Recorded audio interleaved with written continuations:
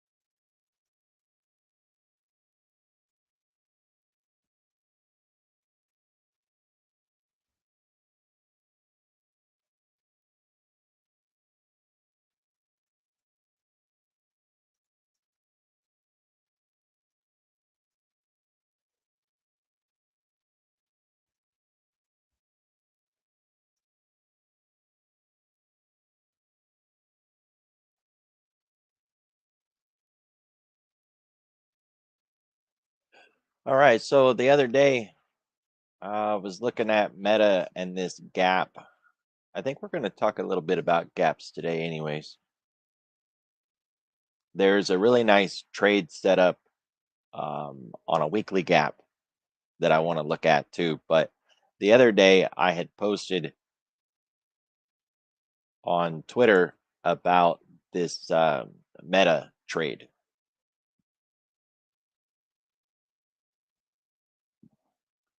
So if we take a look at Meta, put it back on the daily,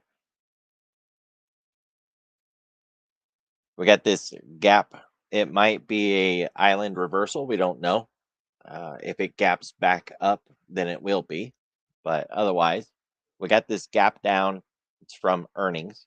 And after we gapped down, it's just been hanging out here. So we got a gap that needs to be filled here. And then we have one that needs to be filled here, kind of hanging out in the middle. It doesn't know which way it wants to go. But with data centers and Mag 7 doing well, and we're getting this capital rotation back into growth versus value. Even though this got whacked from earnings, the upside looked like a cheap trade to play. Keep our risk in check. That way, if the trade doesn't work, we're not really going to stress out about that too much. And so a uh, call butterfly here is what I had put on Twitter. The idea is if we give that butterfly a little bit of time, then even if the trade begins to fail, we have time to roll it. A short term butterfly really isn't something that you can adjust. It's like a binary trade. It'll win or it'll lose, but there's no real fixing a short term butterfly. Give it a little longer term, and then as the trade matures, the options you have a long and a short in that butterfly. You have the opportunity to be able to roll them around to get something done. So a short-term butterfly, bad idea for this, but 2 months out, it's kind of what I was looking at, something like June.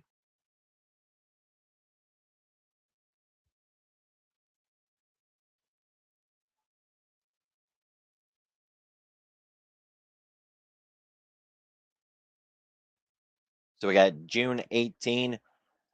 I believe this is a Thursday because holidays, right? Yeah, it's a Thursday. So Typically, options expire on Fridays, but because of holidays, whatever, because of Juneteenth, I believe is the issue here. Don't quote me on that. I could be wrong, but whatever holiday it is, there's a disruption on the dates. So we're going to have options expiring on Thursday instead of Friday for that day. We have a 370. Oh, that's a different trade I was building. Let me jump into the Analyze tab. I'm pretty sure I still have it built. No, I don't. Oh, darn. All right. 670. We'll just build it here and then move it rather than having to show more strikes. So 670 in the middle, 675 on the top, 665 on the bottom. You can see it, it's really cheap, right? It's the whole idea. Put on a cheap trade like this. If it doesn't work, so what? You know, it's $15. I don't want to lose, um, but $18, $15, it's not going to break the bank, you know, whatever. So this trade is defendable. Every trade I go to put on, I make that evaluation. Do I want a trade that I can defend or not? Am I going to defend it or not? Because just because I can doesn't mean I will. I don't defend every trade I put on that begins to lose, but you want to have those decisions made before you even get in. It's kind of the idea behind it. This $15 or $18 risk trade, it doesn't even need to be defended because it's so small. And yet we could defend it because it's so far out in time that as it matures, we'll have the opportunity to do something with it. I don't know how deep I need to go in this to be able to explain what the logic behind it is. Start with the idea of the current target. The center of the butterfly is 670, so we'll make the most money if it expires right there at expiration, if price happens to be in that spot, as close to it as possible or within these levels right there, then we'll make some form of profit. The nice thing is as the trade moves in that direction, if price goes up, then we'll begin to make money even before it expires.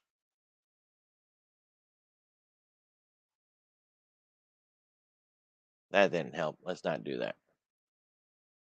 It's $10 wide, so we have a $10 target, but as price moves up, this yellow line that is flat right here will begin to take the shape of that cyan line. So I'm just going to move through time a little bit so that we can visualize what that would look like if we was to begin moving through time. So here is, let's adjust this out. June, July, August. We'll go all the way out to August on that. That just changes our expected move model. Doesn't affect this any. But now we can start walking forward to, let's go to June 1st. All right. And the yellow line has just barely started to move. So let's move into June 14th. We are 4 days away from expiring, and you can see that the break even now is at 640. If we got above 640 by June 14th, we would start to have profit opportunities. Anything above that level would show us at least a little bit of profit. Maybe it just pays the commissions. Maybe we get a little extra on top of it. We wouldn't make a lot of money, but it wouldn't be a loser. And that's the idea behind it. And if we overshot our target, it could run all the way up to 703, and we would still find some value in there somewhere. If we landed on the bullseye by the 14th, we'd have around $23, right? If we tried to close it that day. It's not a lot of money, but it's not a loser. That's the point, right? So obviously having time go by will help us. This is the 16th. It expires on the 18th. And now the break even is a little farther away to the downside, a little farther on the upside. Right. No sound. What's up, Bert? Oh, Any of these jumping out at you? Oh, here's one. Chief.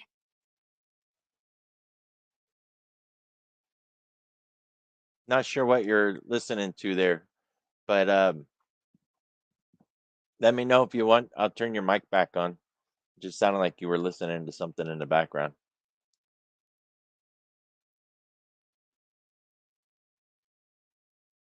So this trade, if we hit on expiration, it is worth 460. And along the way, we can make profit outside of the butterflies window all the way down into the 640s and all the way up nearly to 700. Now, I haven't moved price yet in this analysis. So we're going to back the days up a little bit, say to the 13th. Let's look at the calendar, make sure I'm landing on a regular day. The 15th. Yeah, the 15th will work. So that would be Monday afternoon, and we'll move price to 650.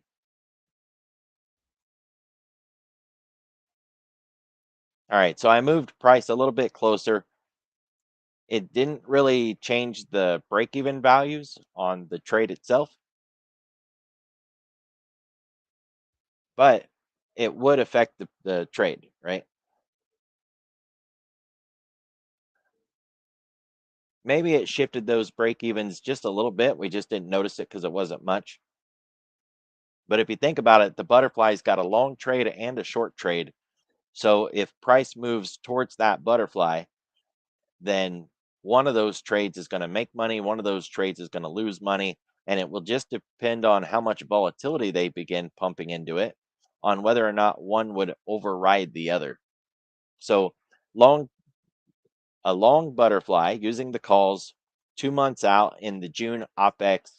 It's a really cheap trade. It was like 15 cents when I first threw it over here. Then it went to 18 cents. Now it's at $3. That's $3 of risk. You know what I mean? Like, if it doesn't work, you're going to lose 3 pennies and commissions. So, I mean, I don't like to lose, but it's $3. So here's May, there's June, 670. Is that what I said? Yeah.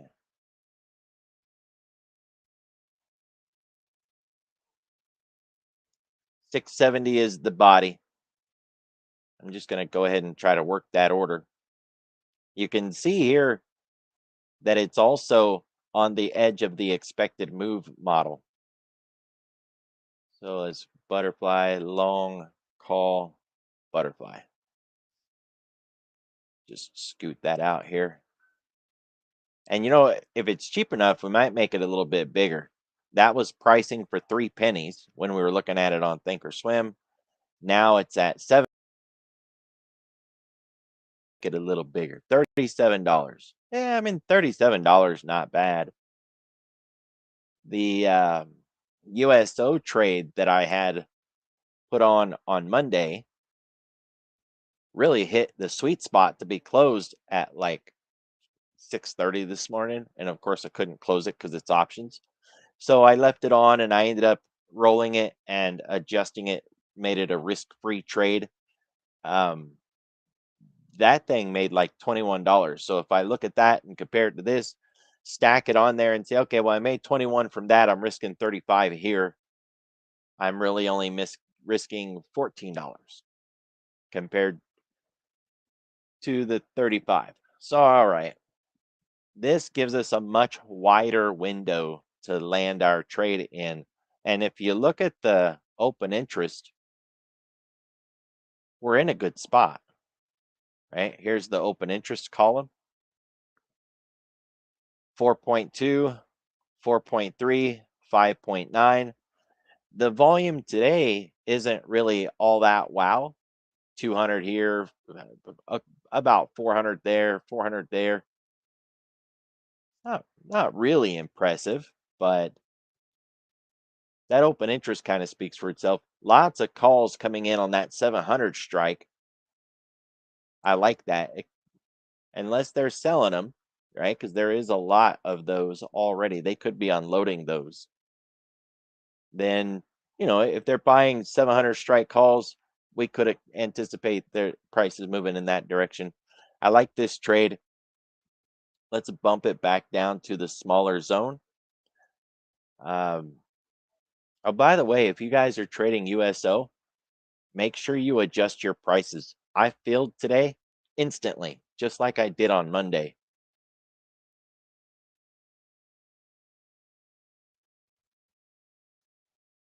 So really overshoot the price. If it says that you can buy it for 50 cents, try it for 15 cents and then work your way up. If it says you can sell it for $1, try selling it for $1.50 and then work your way down. Like really push those numbers, because filling instantly tells me that the values are out of whack. And I filled instantly both times. And I pushed the value, but I didn't push it enough. I should have went a lot larger, which means I left money behind. I opened it with more money than it should have took, and I sold it for less money than I could have made. So I'm gonna try to get this for $3. Probably won't fill. There's a lot of legs. Since I'm 50% cheaper than what it was just showing, it's not a surprise. The mid went to 5 pennies once it landed in here. So I don't feel bad about my 3 pennies.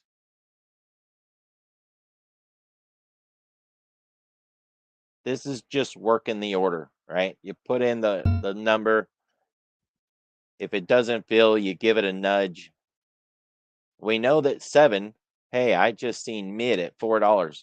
We saw 7 on there, and then it went to 5. So who knows?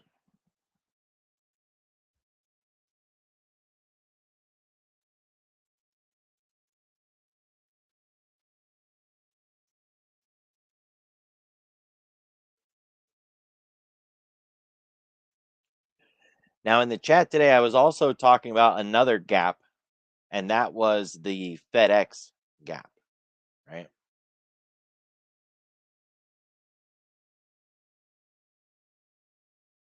Take it back to the weekly. This weekly gap is a really great trade signal for swing traders. You do want to find a weekly gap after a good solid run, and then it's there's different gaps out there: breakaway gaps, exhaustion gaps, earnings gaps, gap and goes. This is a bit like an exhaustion gap. Two of my favorite signals is an evening star reversal and a weekly gap down. On equities, an evening star reversal can often be a gap down too. So sometimes you get both. This hasn't confirmed yet because this week's weekly candle is still open. But if FedEx closes with this gap, then the potential for the short to continue is really good. Now, how the candle closes is kind of important. I like to monitor the midpoint of the candle. If we close above the midpoint, I'm not going to be as excited about a short next week, right? Because closing above that midpoint is going to imply that it's still got some help in there and that it could try to run up and get this gap closed. So I'm really not hoping that it closes above that mid. But even if it does close above the mid, we want to watch it next week and see if it tries to get up here to this gap close. As long as it doesn't close that gap and it hangs out underneath here, it's got the potential to continue to sell off. Now, I like to show examples of this because I think examples help people better understand what we're working with here. This is a weekly chart on AppLovin, APP. And you can see we had the same sort of run up. and then we set the high, we pulled back, tried to get new highs, and maybe we got a couple pennies higher, maybe not, but the run back up failed. We gapped down, closed near the low of the week. It tried to run back up through, failed to break through the midpoint and close above, gapped down again, got the gap closed for that one. It did close that gap, and then it just kept on going down, right? So this made it all the way down to like 360 from 7. Let's use the close from 618, right? Now, at what point do you get short in this thing? Well, it depends on whether or not you want to be a confirmation trader.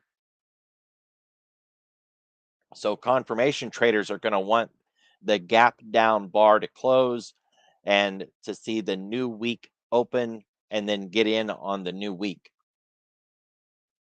Other traders are going to wait for even more confirmation. They're going to want to see that gap down bar close and then see price break below that gap down bar. Because on Monday, we did get that, right? But on Monday, we could have opened gapped up.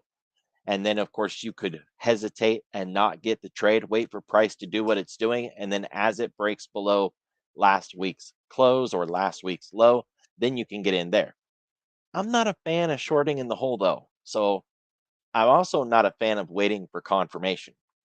People who are waiting for confirmation are trying to avoid a losing trade. I get it. I don't want to lose any more than anybody else. But losses happen in trading, and I'm not going to bend over backwards just to try to avoid that loser. I'd rather have a good setup with a way to defend my trade rather than wait and short from the hole where I have a lot more risk to take.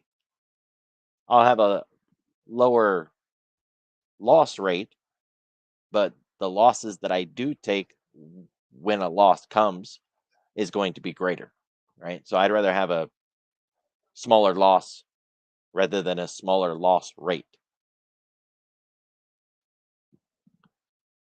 Let's see. I think Spot was another one that had one of these gaps.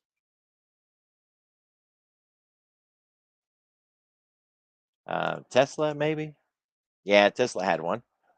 So same thing. We had that run back up to the previous highs.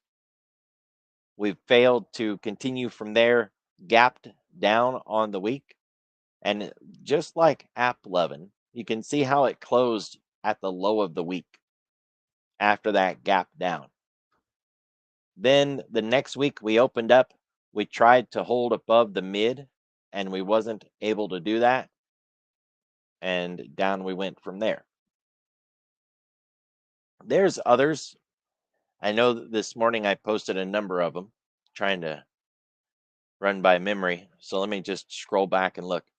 Oh, Shopify. Yeah, that was the other one.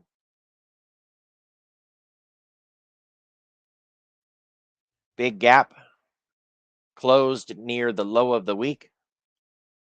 The next week, we tried to get through the midpoint, failed to close above, broke down, closed lower than the previous week's close, and then down we went. Now, I think this is a good example of why you don't want to hang on to them for too long.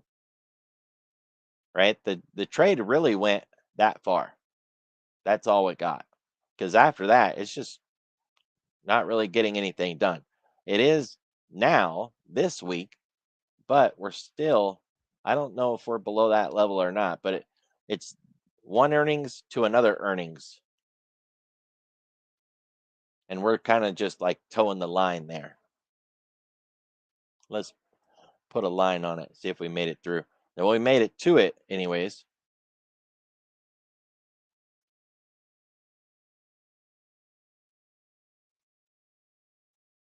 So another example of a gap down on a weekly chart.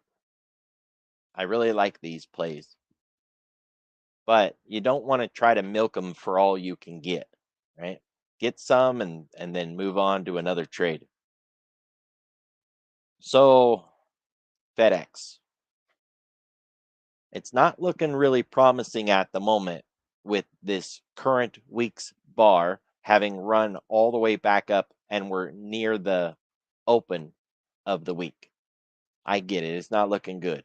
But I wanted to put it on your guys' radar because what I hear from a lot of traders is, oh, I didn't know. I didn't see it. I missed it. Well, cool. Let's point it out before it happens this time so that you don't miss it. And then you can decide for yourself, when do you want to take this? Or do you even want to take it? I don't know. Maybe you don't want it.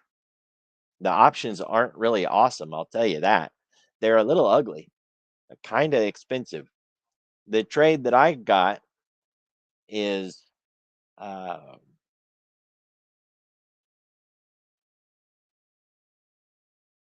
long put for July, short calls for June.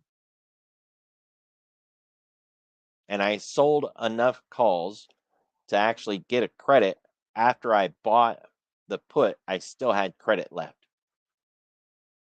I can put a picture in the chat of that position. I don't want to have to log into this computer to do it. I'm already logged in on another computer, so I'll just bring it over from there.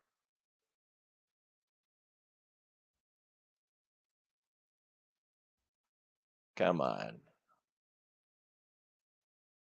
So what have y'all been trading this week?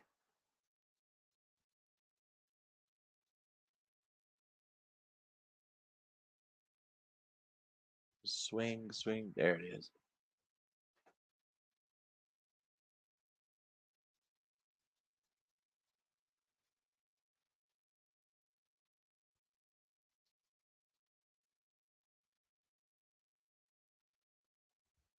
Bert, you can talk, buddy. I just muted you because it sounded like you were listening to something. Hi. Yeah, sorry. No, I couldn't. There was something else going on. I couldn't find it. It was some news. I couldn't find the tab that was on. Sorry about that. So what's up with MU? It's really interesting. I'm just getting into this. I mean, we emailed each other about 3-4 months ago, so I just started this whole thing. Love the Bullish Bears, by the way. So I went into Micron at about $180. And I watched it go up, and I said, I've got to put a stop on it, or a trailing stop or something. Anyway, I didn't do it. It went to 450 and came back down to 320. It's about 2 weeks ago, and I mean, oh crap, I got to get out of this thing.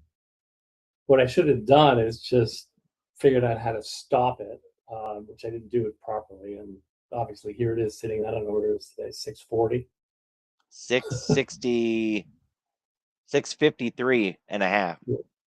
So, I mean, I'm not complaining. It was a tiny investment, but I doubled my money. But it's just crazy how every day you learn something else and you go, oh, crap. Yeah, it doesn't seem to stop, when it comes to the learning. Look at the moving averages on that thing. That is textbook beautiful. That's exactly how you want to see moving averages look. And then I was looking at ScanDisk, and I was afraid of it at like $400, which is crazy when I looked at it yesterday. Just so, but you can't go into everything because you have we have a limited amount of cash, and two, I really don't know what I'm doing. So let's start there. It's funny. I talk to newer traders who are doing really good in times like this, and the traders who've been around for a while are really struggling in times like this. And it's funny because the newer traders don't have the fear that they can't see why everybody's worried. It's like what does he say? Ignorance is bliss, right? So if you don't know that you're supposed to be scared, you're not scared. And you take trades and you hold them for a long time because you don't know that there's this bad thing coming at you. And all And I'm the reverse. I'm afraid of everything. So if I make 20%, 30% or whatever, and I go, I can't believe I did that. Must have been a fluke. I get out. And then I look 2 days later and I go, okay, I should have stayed in, because some of this, I guess, is fundamental stuff, and I'm not, that's still a learning curve for me. It's When you get into a trade, I hear this a lot. Oh, I got out too soon. I should have stayed in longer. When you get into a trade, do you have an idea where you're getting out? The real answer is no, I don't. Because some of, when I originally bought 4 or 5 of these, it was for kind of longer term. It wasn't to trade. It was like, okay, let's see how these do. I think they'll do well over the next 6 months. So it was never with an exit, except kind of stupid looking back 6 months later and say, okay, was I right? Crazy. Not a bad way to go. Is sticking to the plan is the idea, though, right? Yes, as I'm learning, and that's the hardest part because you always change your plan, and that's when things go wrong. So the idea would be, of course, we gotta adjust if situation changes. But if I take a trade that's supposed to be a longer term kind of a buy and hold, I don't look at it every day. I've got alerts on it, not stops, because I don't want to be kicked out of the trade. But I'll have alerts at levels where I kind of need to go revisit the chart if it triggers that alert. And that way I'm not staring at it every day. I'm not trying to second guess my position. And if it's a longer term trade, I will use the higher time frame charts so that I don't get shook out by looking at those smaller time frames and getting scared. So that helps a little bit. Then having a set of rules for what would make me change my mind and get out of a long term trade in a short period of time. One of my reasons is if it moves too far too fast, that's usually a reason to get the hell out. Like if I thought it was going to move $100 in 3 months and it moves $100 in 3 days, I'm done. I'm out. Even if it moves half that in 3 days, I'm probably just going to take my money and leave. I don't care. So having some idea of what the rules are and then having some idea of when can I break the rules or when should I break the rules. And then I journal trades when I did have to break the rules. I journal it, I document it so that I can keep track of it because sometimes rules need to change. That maybe you made the rules during one kind of market, then the market changed. Say we get a new president, the market changes, and now your rules need to be fixed because they don't match the current market that we're in. So I like to keep track of my trades, and if I have to break a rule or change a rule, I'll know because I've been documenting. If the trade goes off without a hitch, not that every trade wins, but it did what it was supposed to. I didn't have to break a rule. I really don't have anything to journal. So I'm just trying to find, is what I'm doing working or not? And do I need to make any changes to the way that I'm running things? Got it. It's helpful uh, when we trade with a plan, anyways. It doesn't really work if we're just winging it. And winging it is something I used to do a lot. I would just see what's moving on a day to day basis and go in and take trades on it. In this administration, I'm not interested in doing that. There's too much whiplash, too much uncertainty, and the algos are responding to so much fake news that I don't trade that way in this environment. But when things get back to normal, I very likely will. And in that kind of environment, man, one of my favorite things to do is to bring up a watch list or bring up something like the Dow Jones, sort it by alphabetical order, and just take a trade in every single name. Long, short, sideways, I don't care. Doesn't really matter. Every trade will have some probability to it, and you just run them, keep them small, and just stack them in there. It works when you're in a good trading environment. With the amount of whiplash and the algos responding the way they are right now, probably wouldn't be very effective. We don't get much follow through right now. Everything's really violent and choppy, or you get outsized moves, big extreme moves like MU. That's a big extreme move. Price is moving way farther than they're supposed to. Consider how you exit things too. If you only have one option, then you kind of have to just take your exit. But if you have multiples, say a lot of shares or a lot of contracts and options, try to feather your exit. Take off a little, leave some on, take off a little more, leave some on. You can also consider adding to a trade. As long as the trade is behaving well and it's proving you right, there's no reason to necessarily get out of it. You might add more to the position as it goes because you're getting validation that you were right. The trade is doing what you thought it was going to do. Why not add more to the trade?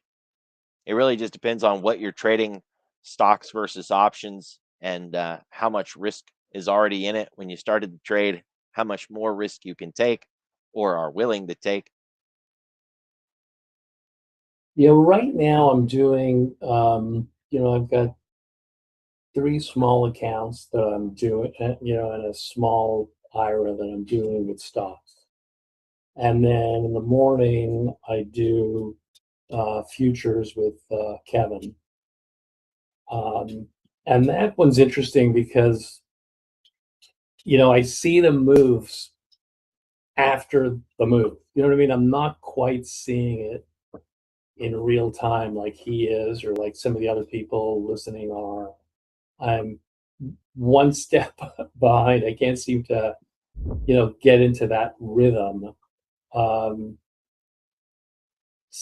Thankfully on that one, I'm on a prop account, but it's and then as it's been really choppy first thing in the morning, and then it kind of becomes this range bound thing where you might as well go home. You're staring at your computer after 11 a.m., 10:30 a.m. Yeah, I don't even bother to look for trades until at least 10:30. I don't even look because I'm not interested in trying to trade between. Really, I stop trading at 7. I don't start again until after 10:30. So most of the time, I'm not even looking for a trade. Can I Yeah. ask you what you're doing mostly? Are you buying equities, or are you optioning, or are you in futures or commodities? I'm just curious. I trade everything. Generally, I trade futures until around 7. I do my morning briefing at 7:30, so I try to be done with my futures trades before 7:30, which means I'm usually done around 7-ish in futures. Then I stop trading until around 10 or 10:30, and then I come back to trade, and really I do it all. Swing trade, day trade, stocks, options, futures, FX, Bitcoin. I do everything. So I just look at what's moving today, what do I want to trade? I adjust positions that I'm already in, check things that I'm in, make sure everything's going good, and then start hunting for opportunity. So as I started going through the courses, I just thought, and you'll correct me, I thought it would be easier to just start with futures and not try to do anything else yet. Well, I won't say that your logic is flawed, but really it's individual for each person. One There's just person, so much to learn, is what I'm saying. not really. I mean, trading shares of stock and trading futures, there's really not much difference between the two. They're both price action oriented. There's no Greeks. There's no, complex optionality to it. It's just price action and then, market breadth indicators. So everybody has to deal with market breadth indicators, price action, whether they're doing stocks, options, futures, whatever. But if it just comes down to how much do I need to know to pull the trigger, stocks and futures, they're not that far apart. So easy for who is what I would come back to. Every person has to start where they're comfortable. Me, I'm really good at math. I started in options. And I didn't know anything about technical analysis, complex chart reading, indicators, any of that stuff, because I was new, just like everybody else. But I didn't take the time to go in and learn stocks and market breadth and indicator signals and all that stuff. I went right to futures because they're probability based. Even as a new guy who didn't know how to trade, if it said 80% probability, then I had an 80% probability. That's what I needed to know because I'm a new guy. I don't know what I'm doing, but 80% is 80%. And I would trade that trade. I started with $300 in Robinhood in options, trading probability based trades. It worked for me.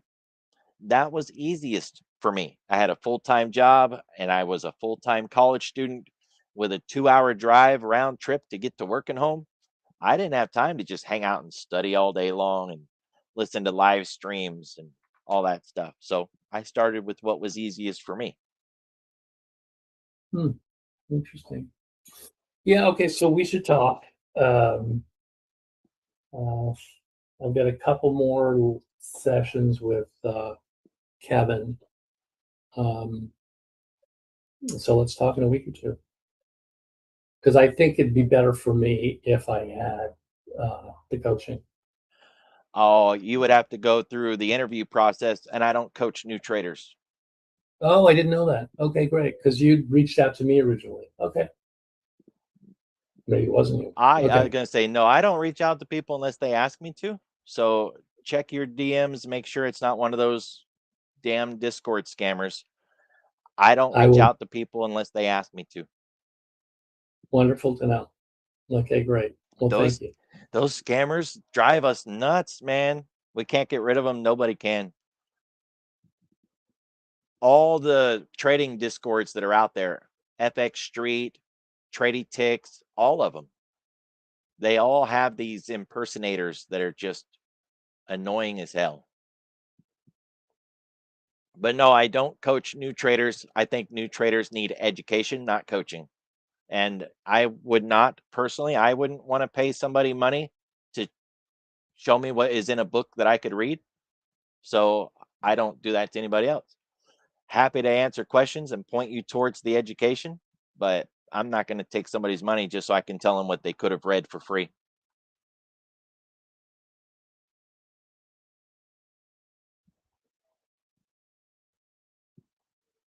Yeah, makes sense. Thank you. Yeah. There's just so much to learn. And with the access to education that's out there, I mean, there's so much educational material.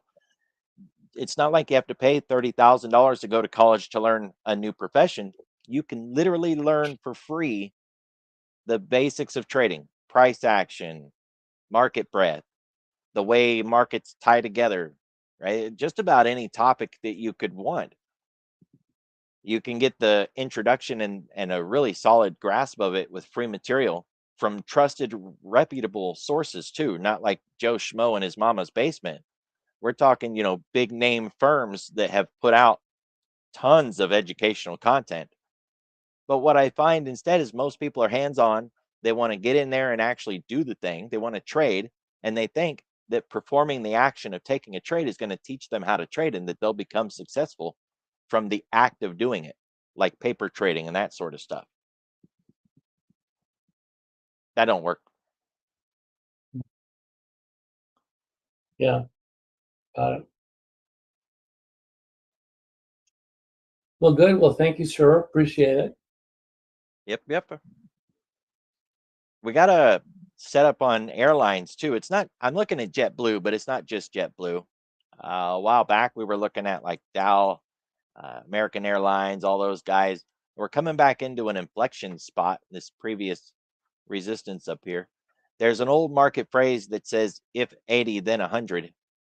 If we could finally get through this peak that we're fighting against, we could make another run at it. I'm going to look at the bigger time frame. Just looking back to see if there was a higher level that we needed to deal with. There wasn't. So on the weekly, we're through the midpoint of all of this trash. We've got earnings that are quite a ways off still, like July. So if we can get a breakout of the previous high, get above 80, long term, we could see if 80 then 100 in this. Now, airlines, it's weird. You would think with the energy crisis and the Middle East situation that these would be suffering more, and they're not. They're hanging out near all-time highs. That's just one name, though. And then, JetBlue, we were looking at. Oops.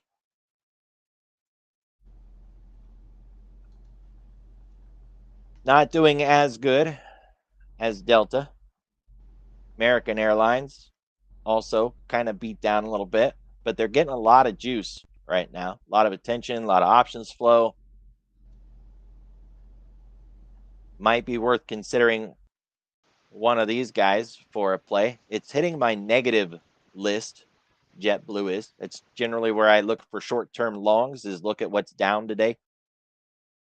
From an options standpoint, that suits my style. I'd rather buy calls on a red day and buy puts on a green day.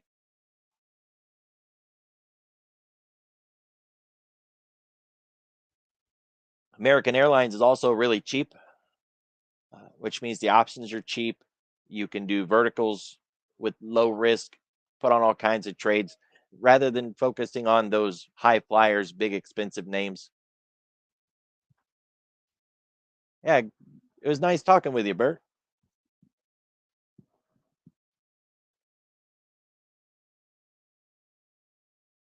So what else we got in here? Nuclear was on the watch list this morning. They were hitting the trade ideas scanner, and the nuclear names are doing pretty good. CCJ's on there. That one's a ugly, nasty booger. But there was also those SMRs and those other small nuclear reactor type names like OKLO and those guys. They were hitting the scanner this morning.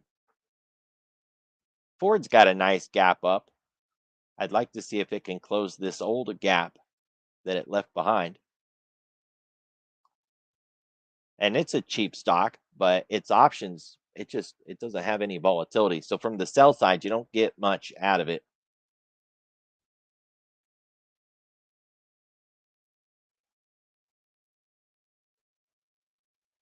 I guess we need to check that butterfly, see if it's filled yet. I haven't seen the alert. Wow, that mid that I just marked out is the gap close. That's nice. So if you weren't here earlier, we have a butterfly built on Meta. When I first built it, it was 7 pennies. And then it went down to 5 pennies. I was trying to fill for 3 pennies.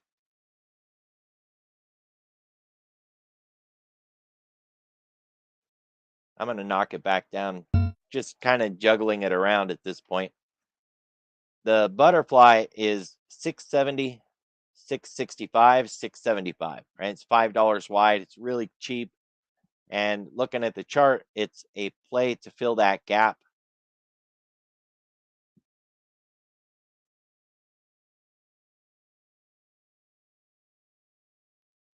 That was left behind right here. If we did continue to fade, we got another gap to fill at 575. So, if you can fill one butterfly really cheap, maybe try to fill the other one really cheap, right? And then no matter which way it goes, you've got a butterfly on it. These butterflies are far enough out in time that as the trade matures, you should be able to roll it or adjust it or manage it in some way to eliminate all the risk and maybe even put it into a profitable state without having to close the trade at all yet. That's what I did on that USO today. So it had earnings, it gapped down, formed this island. There is a threat that this is a island reversal, and that means it will gap back up here somewhere. I know that gap exists. I don't know, if that's what we're going to end up with or not, but I'm hoping we don't necessarily gap back up there. It's not what I'm looking for. I would rather that we work our way up into that zone. It's a $10 wide butterfly, so from 665 to 675 is the range. And once we begin moving in that area and time goes by, I believe the window that we were looking at earlier was like 645 to 675, maybe 685, something like that. So it's a pretty wide window. Yeah, let me go back to it. 70 is the midpoint and it's $5 wide. So it looks like you got it right. Yeah, 65, 75, 70. Yep, you got it. And we want it cheap, right? Like really work that order because um, it doesn't have a lot of volume on these strikes today, right? 400 here, 92 there, not 400 here. So, you know what I mean? It's got kind of a wide bid ask spread, and we've got time, over an hour. So no reason to rush. Just fight that order a little bit. And, if it gets near the end of the day and we still haven't filled, we might reevaluate it. I don't want to pay a lot for it because we don't have any reason for this trade, right? If it was a momentum trade, we could point to the momentum and say, oh, yeah, we're taking a momentum trade. Or if we were in trend, we could point to all the trend analysis and we could say it's a trend trade. This, all we have is a gap down, and we're targeting where the gap came from, but we don't have any reason to think we're going to go up or going to go down or going to go anywhere. So we don't want to put a lot of money in it, right? It's a decent probability, and the risk is so small that if it doesn't work, we're not going to cry about it, right? Like $5 or $6, who cares? I don't want to lose, but that won't break us. So we want to keep the risk low.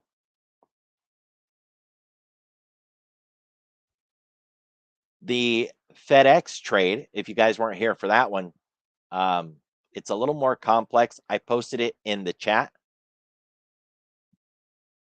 I sold some calls to buy the put because it was kind of expensive. I'll bring it up in the live stream so you guys can see what we're working with here. So I got the whole trade on for a credit of $1.50. I had to trade 3 call credit spreads to buy one 350 put. The put is for July, and the call verticals that I sold were in June. And be careful with the June expiry because we don't have Friday options that week. It's on a Thursday, right? But those options on FedEx, they're pricey. That's why I had to sell so many calls. So it was June 18, 350 long put.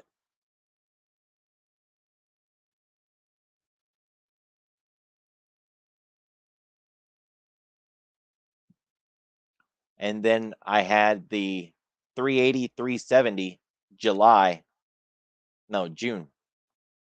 I'll have to move this one. That's supposed to be July. Now we'll do the June calls.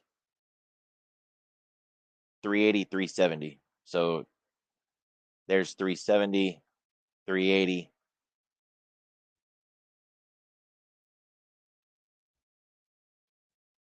Get rid of that.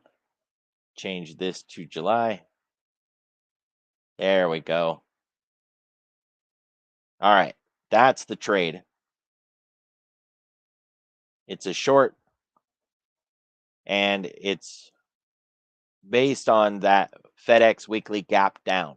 Now, as I was talking about earlier with these weekly gap downs, I really like them, but this hasn't confirmed yet. And in fact, it's not looking good right now. So if you look at the examples that I put in the chat, the FedEx weekly, it's all the way back up here.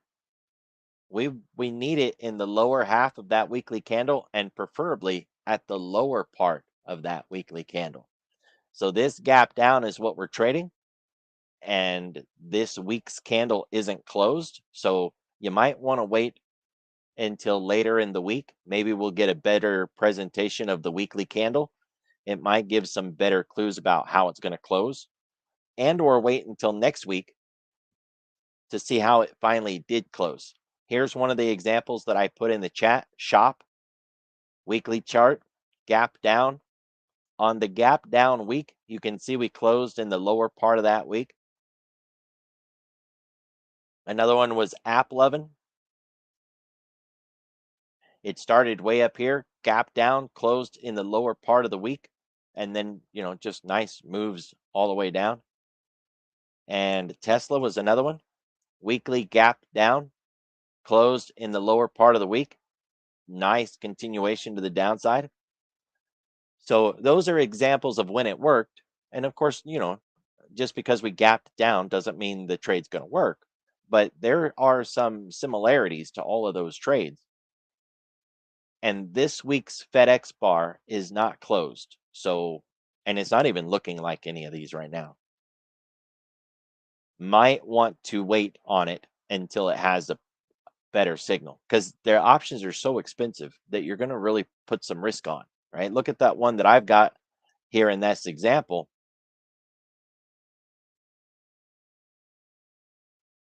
I filled it for $1.50 credit, but it has a lot of risk in it, right? So be comfortable with it. Otherwise, you'll just puke it up as a bad position if you start taking any kind of heat.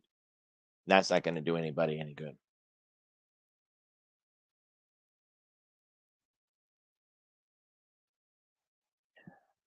When Bert was in here, he was talking about MU, one of those runaway markets. This thing has been a beast, and it's not done yet, right?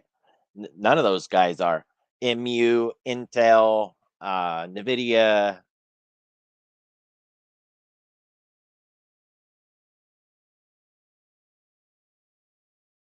It is going to have to pull back at some point, but trying to time that. Here's Intel, AMD. The nice thing about all of these guys running up like this is when the collapse comes, and we know it will, right? Everything is going to unwind at some point and finally get that pullback. When it comes, it's very likely going to correlate into a really big capital rotation from value back to from growth back to value, and from risk on to risk off sectors.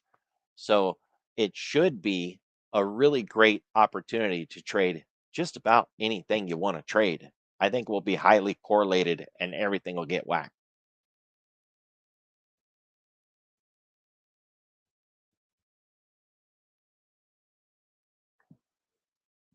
But trying to call these shorts before they actually give a short signal, it's going to be very hard to do. And by hard, I just mean it's going to be expensive to do, because you can always put a trade on. Long, short, it doesn't matter. But trying to put it on without spending a crazy amount of money or putting a lot of money at risk, that's the hard thing. Look at AMD. We got a gap at 355. Let's go to June. We don't even have a 355, but we have a 350.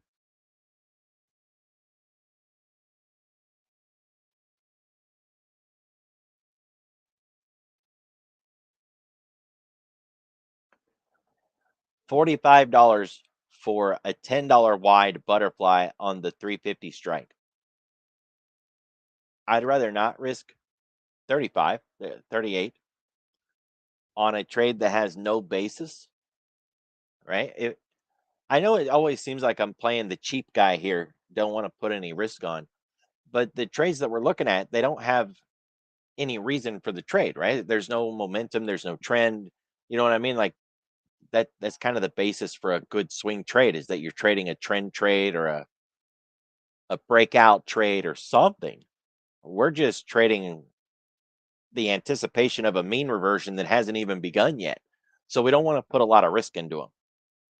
So I don't want to really spend $40 on a no risk or on a no probability trade.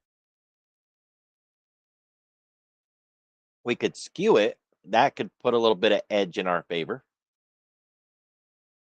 So here's the butterfly that we're talking about. We're looking at a short. We could kick one side up or down.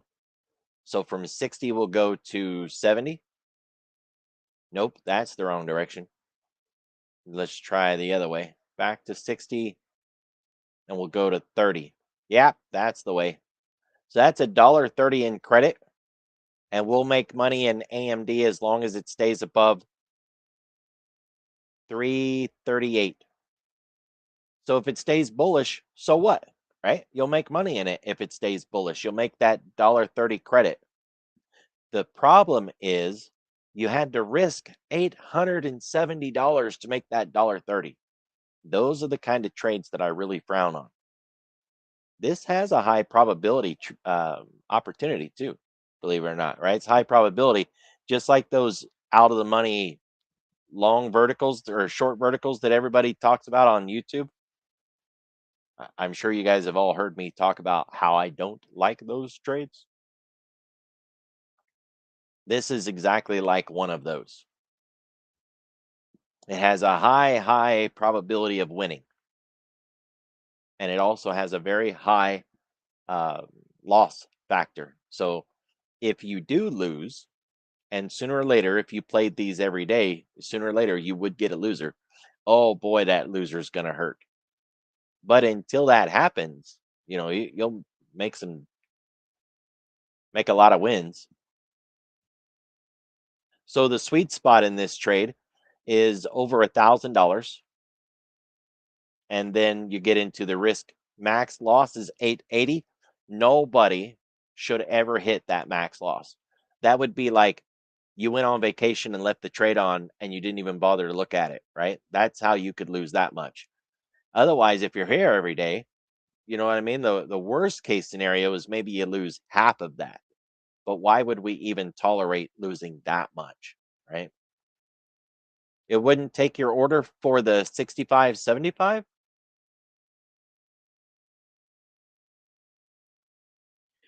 Or do you just mean you couldn't get filled?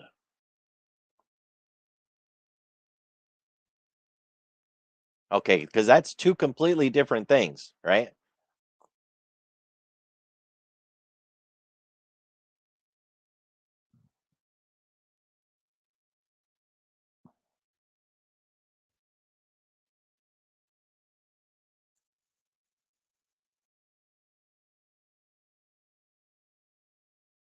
I'm gonna check to see what the natural price is, and right now the natural price is $5. So I'm gonna try to fill for $5. Now, I don't know if you guys have heard me talk about it, but I talk about bumping the order. We're filling a three-legged trade with 4 contracts, and that's a lot of orders to fill. And I just rebalanced this. It showed 5. I accepted it at 5, and it's still not filled, right? So I'm sitting in the queue. Everybody's just kind of hanging out. We're drinking coffee and staring at each other. So if I want to bump the order, what I can do is just go in and hit replace order.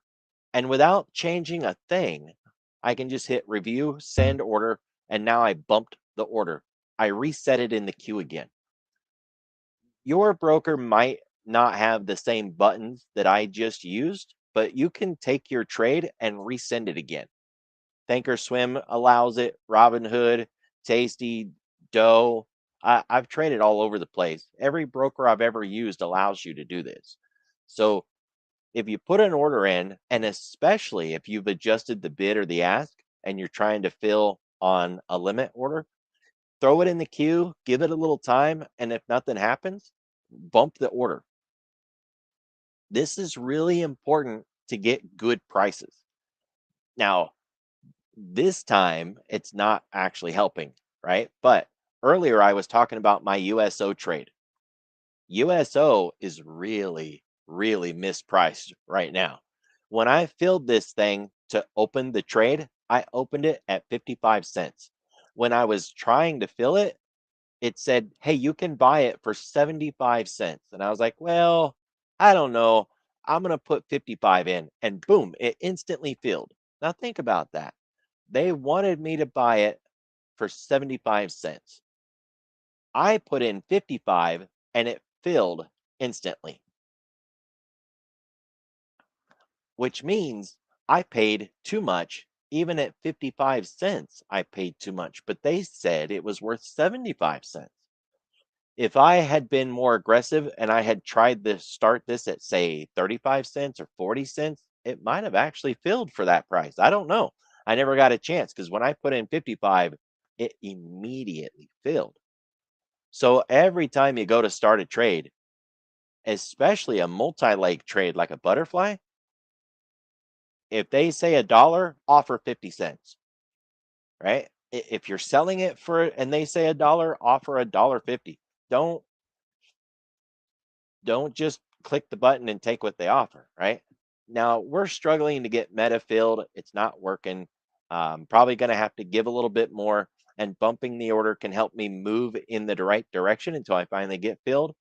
But this USO is a perfect example of a mismatched option. And in fact, when I rolled today, the roll was for 50 cents. I put in 75. I meant to put in 5. I actually fat fingered and put in 76, and it filled again immediately.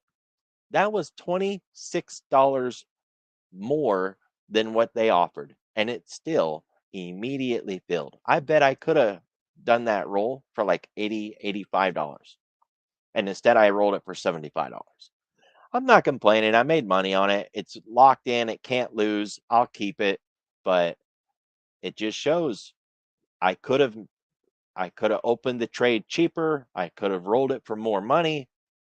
And even though I put in a better price, I wasn't aiming high enough. So when you have a lot of legs and a lot of contracts to deal with, try to work the order. So I'm going to bump it again, see if I get filled. There's no rush. The midpoint is now 11. It was 5. I know it was 5, so I'm going to just drop it right back down into 5 and bump it. What it seems like is we have one leg that is really not getting a lot of attention. Probably that 65 strike. It has 95 contracts traded today. The other one has 400 and the other one has 560. It's not very liquid today, right? So we're struggling a little bit. Look at the bid ask. 3 different really wide bid ask spreads. And we've got to split the mid on all of those. And we've got time. It's no rush. And it's a June trade. If it doesn't fill today, we can hang out and try it again tomorrow, you know? And if tomorrow we come in and it's really expensive, say 45, 50 cents, well, we don't want it then, right? Then we just adjust the whole trade, move it up a strike, maybe use 60, 65, 70, and then we do that one instead, you know?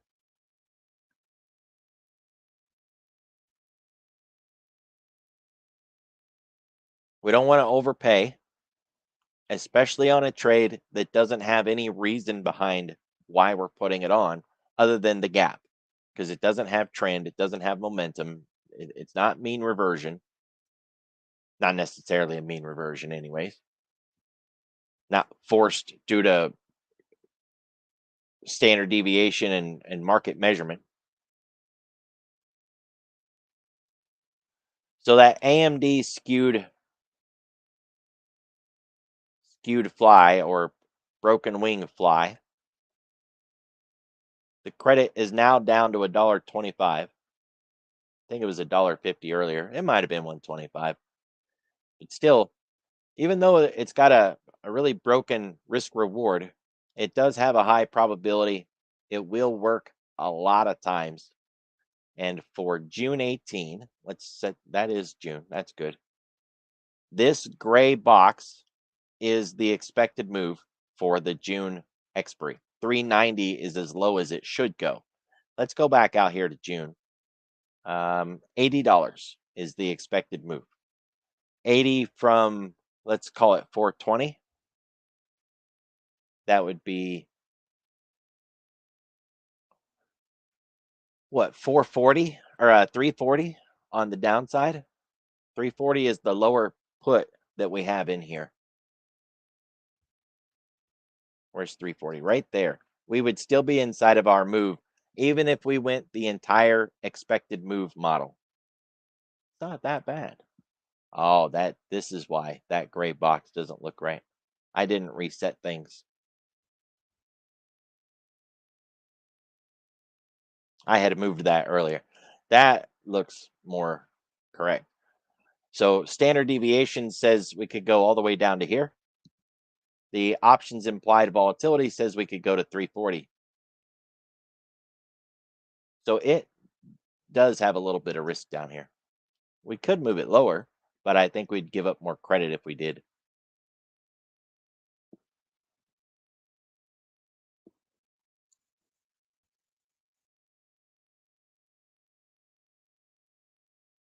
Let's see what else we got. A lot of these bullish names today could probably make for a nice short. AA, Alcoa. It's a bear flag setup, but it kind of looks like a bear flag failure. We're hovering in the channel down here. Let's just use the whole model. There we go. So this is the bear flag, and then this is the pull.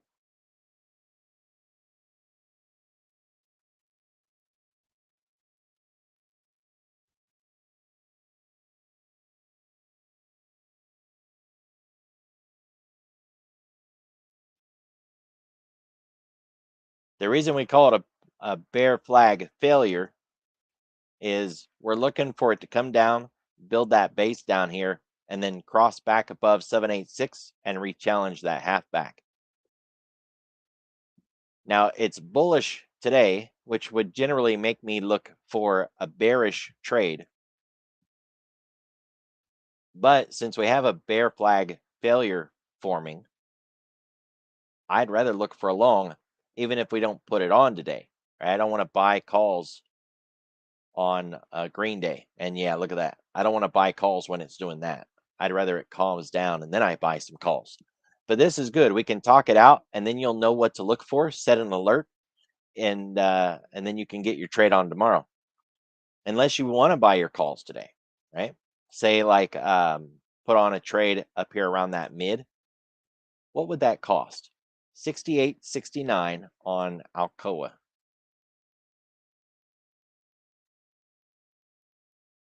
We don't have a 68 or a 69 43 days out. So how about May? That's a little too close. Yeah, we got $1 wide here, but it's not going to reach that far in 9 days. Probably. $4 expected move. We're at 64 now. I guess that's $4. 20 cents, 24 cents. What about a butterfly on that? Mispriced. It shouldn't be credit. $1 debit.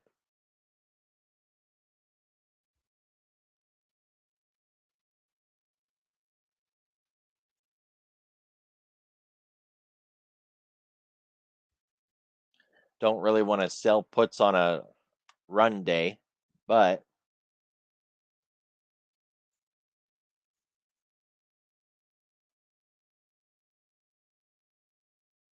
wow.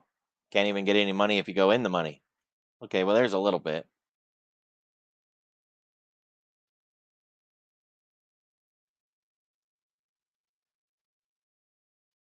You can get about 60 cents if you sell a little bit in the money.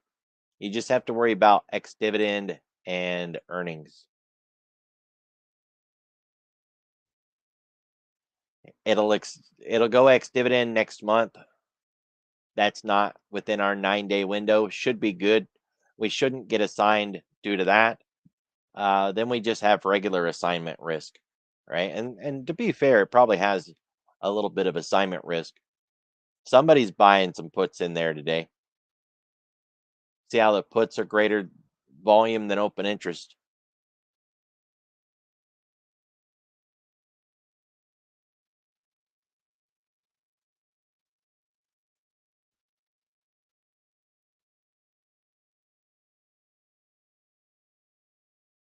Oh, nice. We found the other side of the curve. 60 cents out of the money, 9 days. You can use this 58 cents to buy a call vertical or just buy a call, right? Let's see if we can fill that. 63, 62, short put vertical, AA, and get more than 50 cents for it.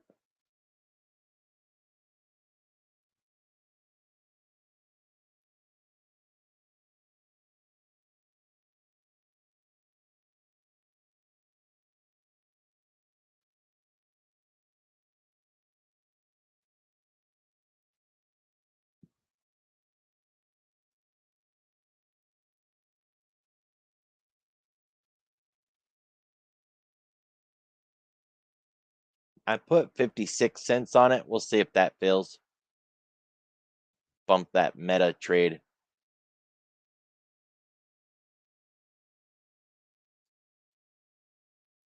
Right now it's running at 12 cents. Just throw it back to the wolves. All right, so that was Alcoa. We've got UPS, kind of ties into the FedEx trade. UPS is at $100. If we're bearish one, maybe we're bearish the other. Yeah, no. It doesn't have that nice gap down that we're looking for. We would want to have a weekly run up and then a gap down on the weekly, right? Like we had back there. Nice run up, gap down. But we don't have that, right? It's all the way down here with a gap down. I guess. Let's do this. Rejected the mid, gap down on earnings. If you're looking for a short in this, it would be the same thing as FedEx. Get through the midpoint of this red bar, close below that preferably. Better would be closing near the low of that. And then, of course, we want to break the $94 low here and tangle up in that 111 or 1236 below here. Uber, no. Not really like, oh, yeah. Actually, that might be a nice reversal there.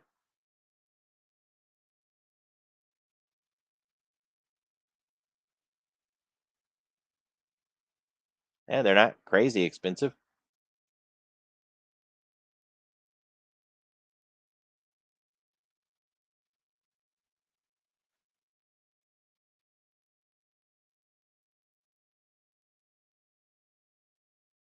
The gap close is $73. It's this close, right?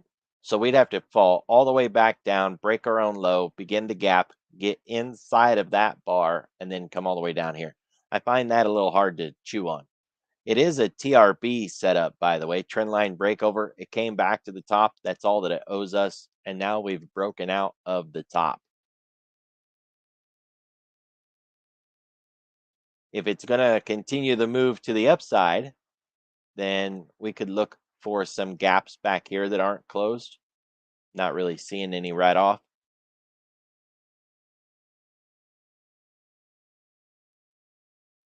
Maybe the weekly has something.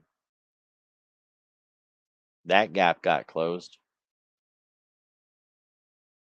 Kind of all we got.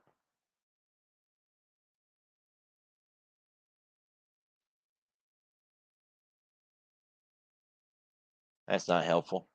We're already above it.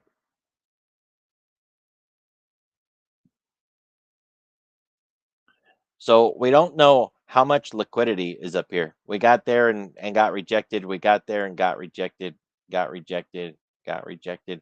Is that enough? Right? All those sell orders that was up here, have we wiped them out? And are we ready to move through it now?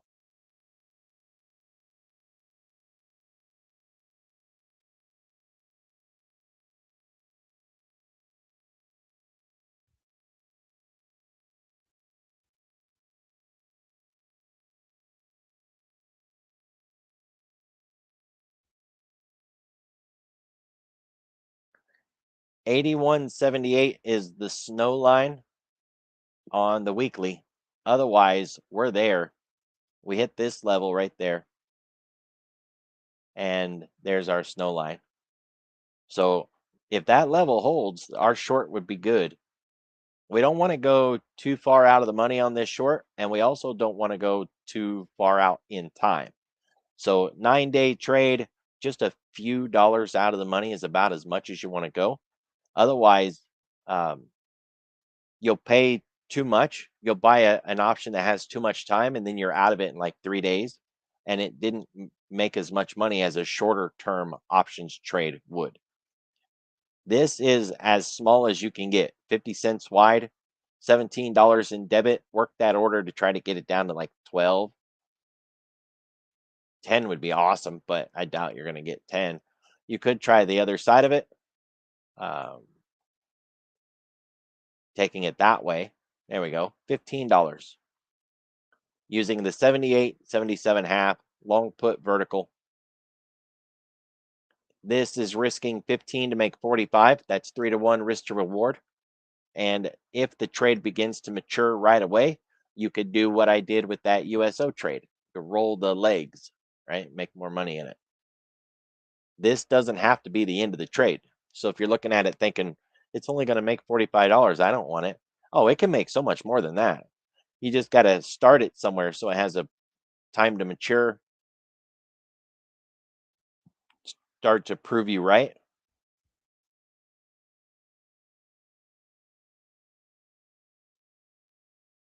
What did that say? It is done with earnings, right? That earnings was this morning, I hope.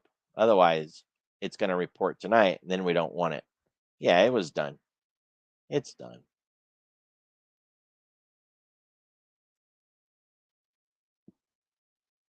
So they're still stripping the volatility out of that thing, too. That's not going to be helpful for us, but it's all right. Oop, wrong side. 18 gives us 15. Trying to fill that. You know, since it was earnings, let's drop it a little more. I can walk up. I'm still shell shocked from USO and how mispriced I was on that.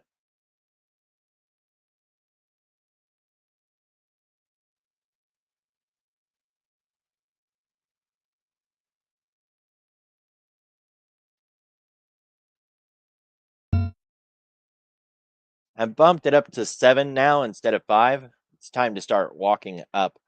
On that meta trade, I'm still probably not going to pay more than 8 for it, because by the time I got commissions and everything, it's going to be about $10 risk. Alcoa, let's replace that. This is a credit trade. We want to sell it for as much as we can.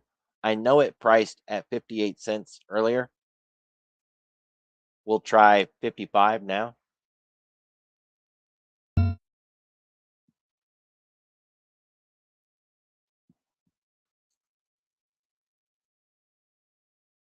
And we got the Uber trade. It's up to 17 now, is the mid. We're not even going to change that. We're just going to bump it, send it right back into the foray. The USO trade, if you guys didn't see how that worked out, on Monday I went short crude. Short put vertical, or excuse me, long put vertical, I bought at 55 cents. Today, I rolled the short leg.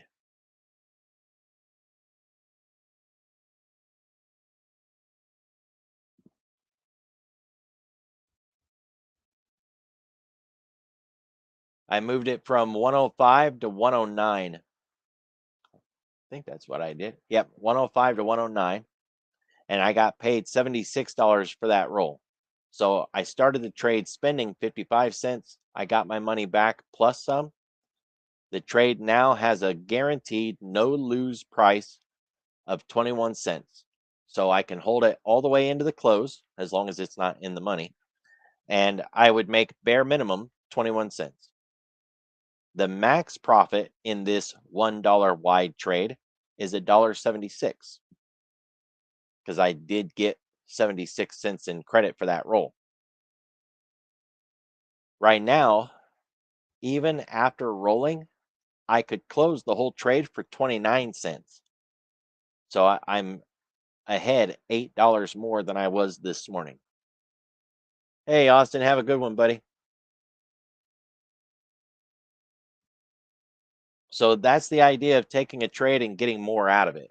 Now, these are, cheap markets, cheap options. I'm not putting a lot of risk into it, so it's not making, thousands of dollars, because if you start small, you're going to make small, and that's all this trade was. It wasn't supposed to be crazy risk, crazy profits. But the same tactics that you use on this small trade could have been done on a big market, something that costs thousands of dollars. The same trick works, right? Same tactic works.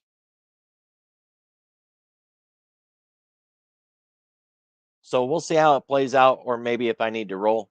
Oh, yeah, I've done it with SPX many times. In fact, a lot of times when I trade SPX on the intraday, I start with a single position, say like buy a call, right? Buy a call, and then it starts to run, and you're thinking, oh man, it's going to hit this resistance. What if it falls?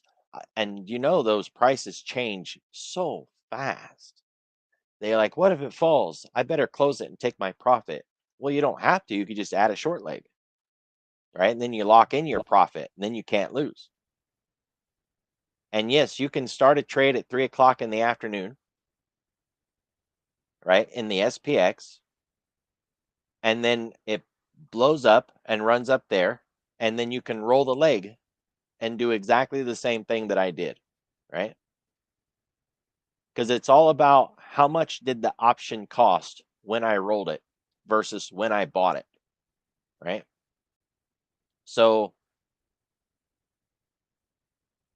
say you have a 7,300 call, and then you have a 72.75. We'll use some easy numbers here. You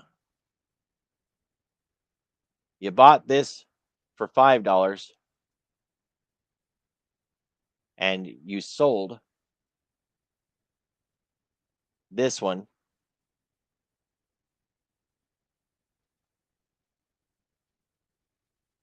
for $4. So that's your position. You ended up getting into this long call vertical for $1. That's your debit. And now you're in a trade.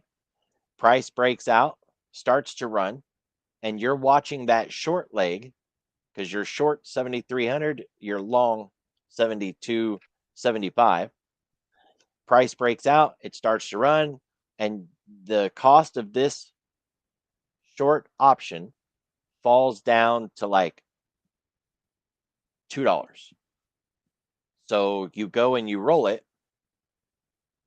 from 7,300, say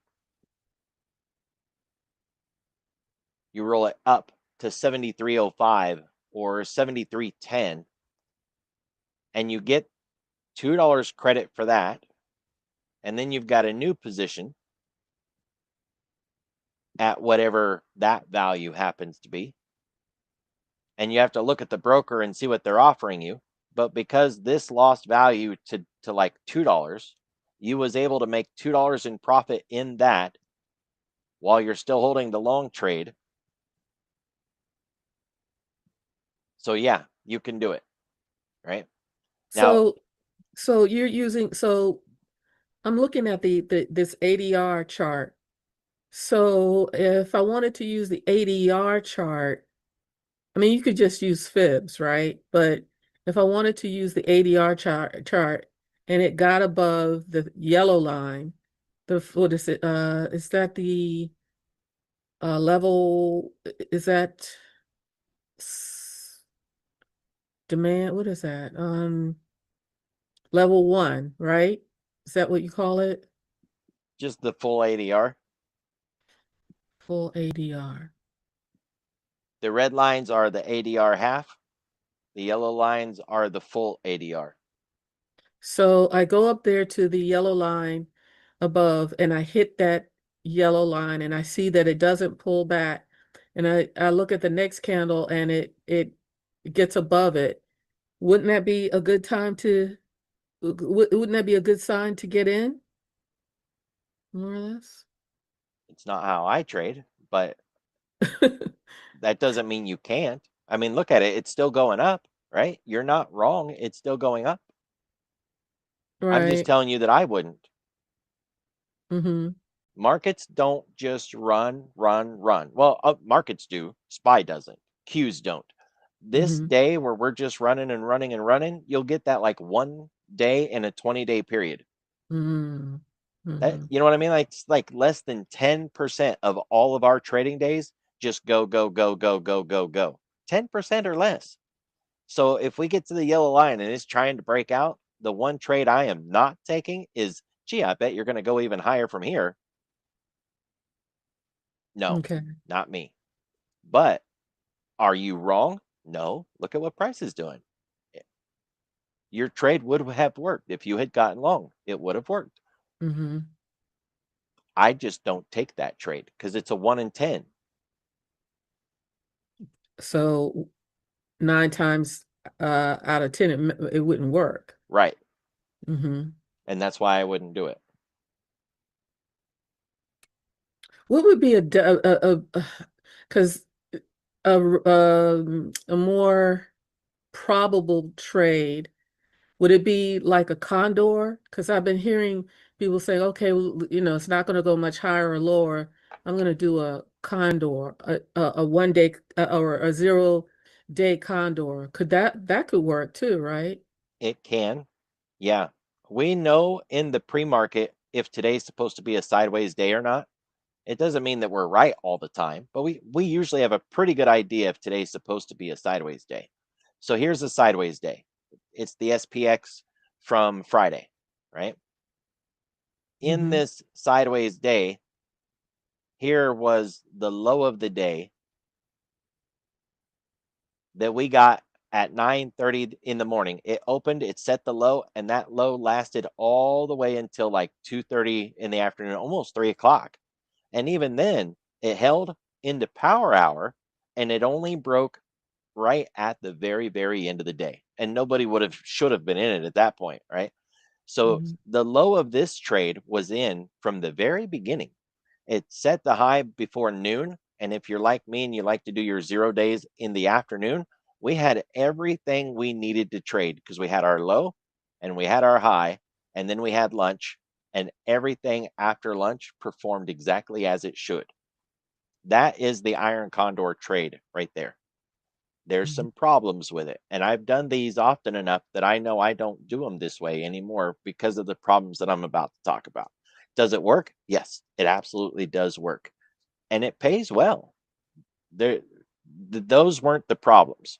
The problem is it is a time-based trade, right? So you get in it and say we get in around noon.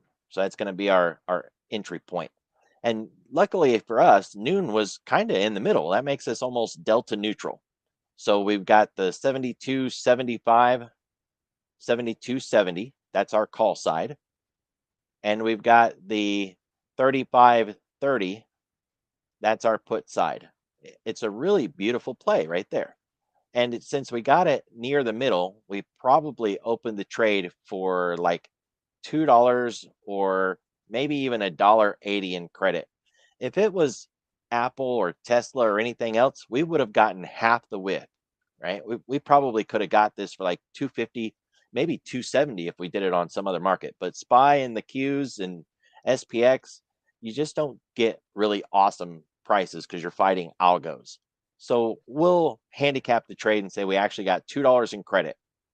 We're risking 3 to make 2, and we got a high probability trade here. We really do. The problem is it's going to run towards this low. So this move down, is going to jack the price up on that thing. That's going to scare us a little bit, but it did hold, and it rejected the midpoint of the 5-minute open range. So it not only held, it held at a level we recognized. Ran back up. It failed against the midpoint of the entire day right here. Again, a point we recognize. So everything is fine. Trade's working well. And then it makes this run here. That is going to put the trade all out of whack. It's going to show that we're losing, even though we're not yet. Then it stabilizes. It comes back in. You could start to actually see profit right around here. Anytime before that, while it was still here, almost in the middle, by this time we're in for like an hour and a half, our trade would show almost no profit yet. Why? We're sitting in the middle. It should be working perfectly, but it's very likely showing no profit or a very small amount of profit at this point. So we have to wait for this run and then wait for it to move away from the edge. And then finally we start to see profit in the last 20 minutes, 30 minutes of the day. Maybe in the power hour, we start to see a little bit of profit. And then this happens. Now, if you was able to hold it into 350 or 355 and it was still above our level, then you had profit. Otherwise, this drop right here, it took your profit out. And all you had for a chance to close was right there. That little bitty window. And every one of these days are going to end up a little bit different. But that was really the only place to monetize that trade. And it wouldn't have been great monetization either. But you'd have had some profit. Some of this $2 you would have closed with some of it.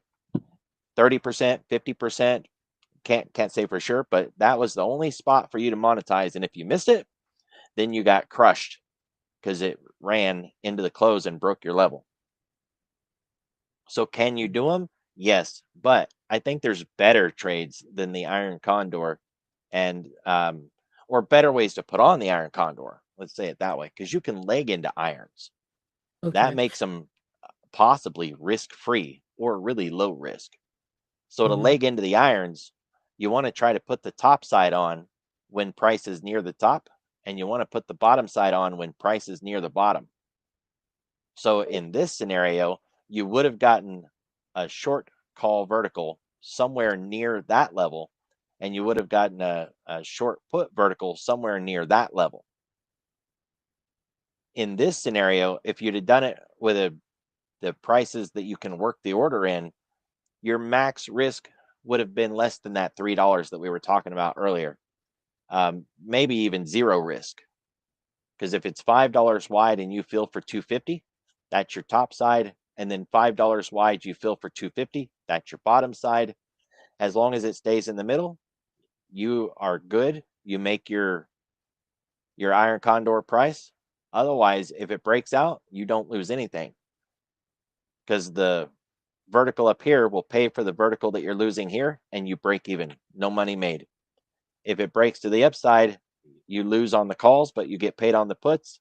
You break even. You don't lose anything except commissions. You're always going to lose that. So legging into the iron has a better opportunity for the SPX than just putting the iron on. Definitely putting one on in the morning, bad idea. And putting one on during lunch, bad idea. Most of the losses that I've ever had on the SPX came from morning 0 days or lunchtime applied 0 days. If you do put it on in the morning, get out before lunch. So if you open a trade, say before 10 a.m., get out before noon. Yeah. So what I did today is I traded SPX, and I used fibs, right? And the more it climbed, I did what you did, but I might have done it a little differently. Is once it got to the 123, I used just like a line.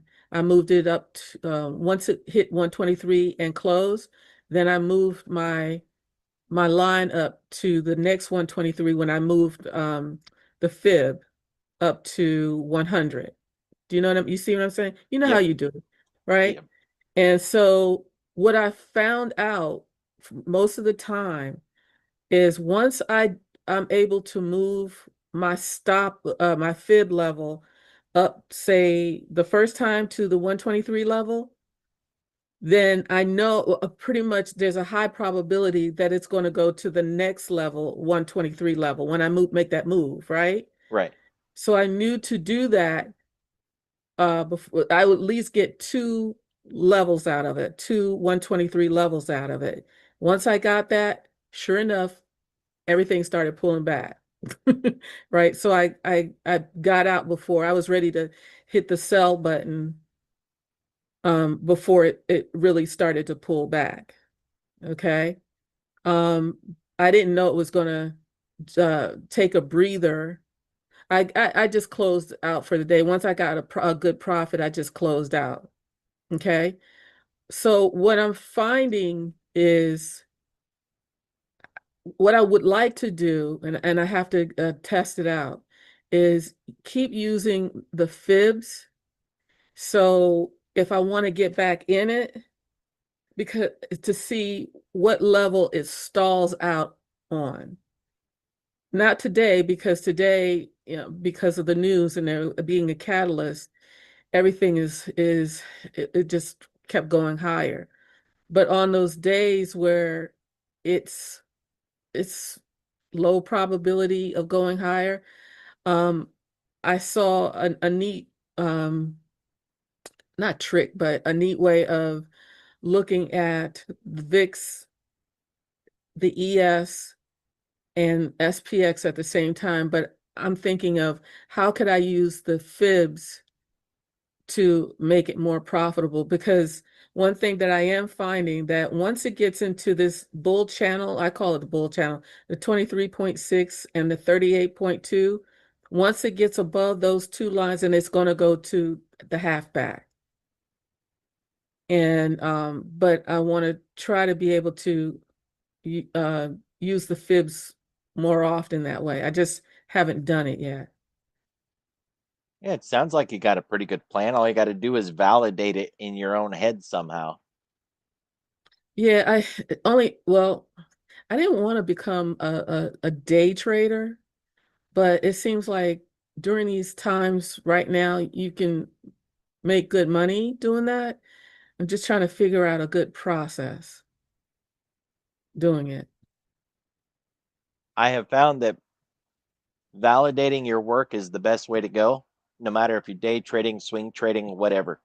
So if you can find examples in the past that prove your theory right, then it'll help you uh, really isolate all the parts and the pieces, and it gives you something to study, right? It gives you something to really look into and say, okay, these are the identifying traits that I want. It also helps you spot what losers look like, so that if everything does begin to unravel, you've got good examples of what that looks like also. It's the best process I've ever come across to help me build my trade logic on how I'm going to put a trade on, and what the steps are and what the pieces are. So go find it in the past and then prove it, and prove it to yourself. Try to find ways to where you can make it foolproof, and even better, find ways to spot it before it happens, right? What led up to that situation? Was it a particular day of the week, a particular time of day? Was there some kind of announcement that day? Was it a CPI day? Anything that you can add to it to find more seasonality, repetition, consistency, and spotting it in advance. That kind of work is what really separates my trades from just something that I picked up along the way to something that I put all that effort and work into and that I really trust.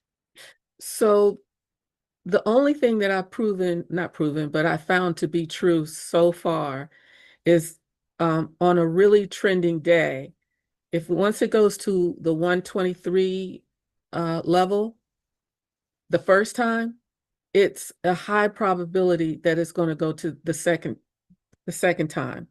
And if it's a really trending day, you'll get 3 levels of 123 out of it. Okay, except for the pullback.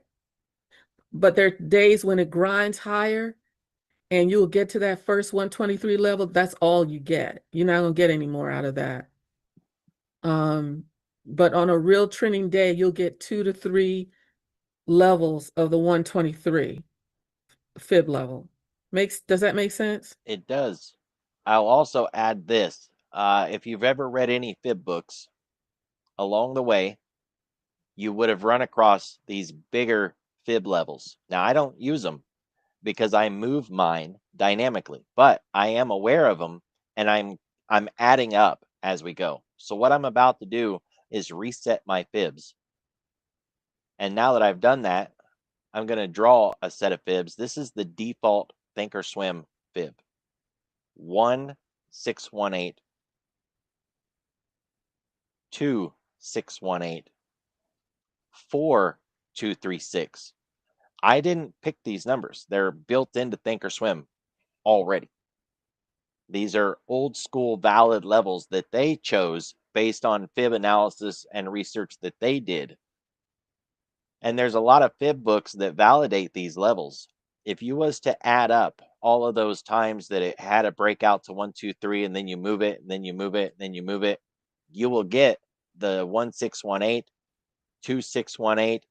You'll get big breakouts to 1.5, 2, 2.5 if you wanted to go quad level instead of fib level. So it's something to keep in mind as well, that you can validate where it's going to be even as you're moving up the fibs as you go. You can now also have that bigger number up there that says, oh yeah, if I keep adding up this 123 and the next 123 and the next 123, it's actually going to be a 2.618, and that's going to put me up at like 52 or 75.20 or whatever happens to be up there. Mm-hmm. So just thought I would throw that in there. Yeah, I guess in my mind right now, it's like I figured that part out. My way of thinking, like, oh, it hit the 123. Okay, if it's just grinding, I'll just get that and get out.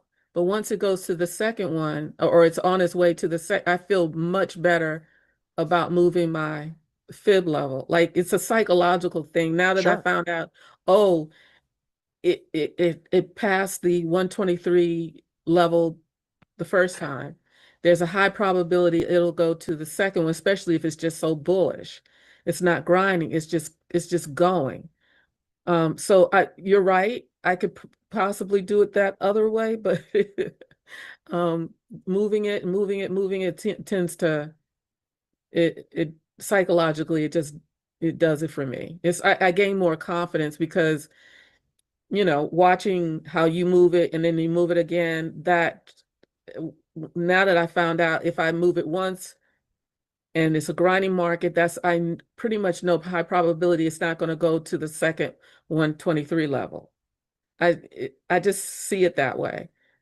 And then if on a real trending day, I may even get to the third one right away. But most of the times it's two times I get to a 123 level. The cool thing is,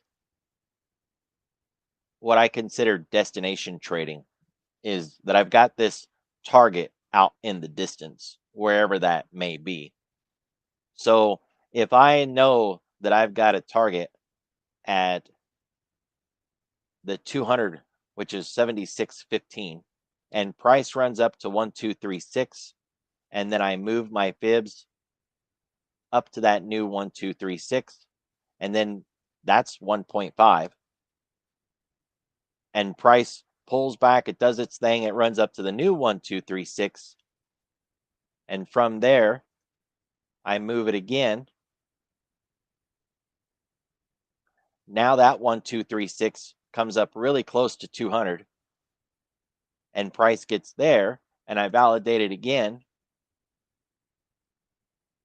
Now I'm up to, see how it just adds up. But Yeah, if I know all along that 200 is my destination, and then I'm moving it as it goes, I'm proving momentum is there, trend is there, everything's intact, it's behaving as it should. I'm moving it to give me the confidence that everything is behaving the way it should, and I know where the destination is. It's using all of the information, not part of the information. Yeah, but where I get hung up on, I left this part out, is that 111 level, the 123 and the 111 level. So a lot of times I've been noticing throughout the last month or two that once it gets to that 111 level, a lot of times it'll pull back for the rest of the day.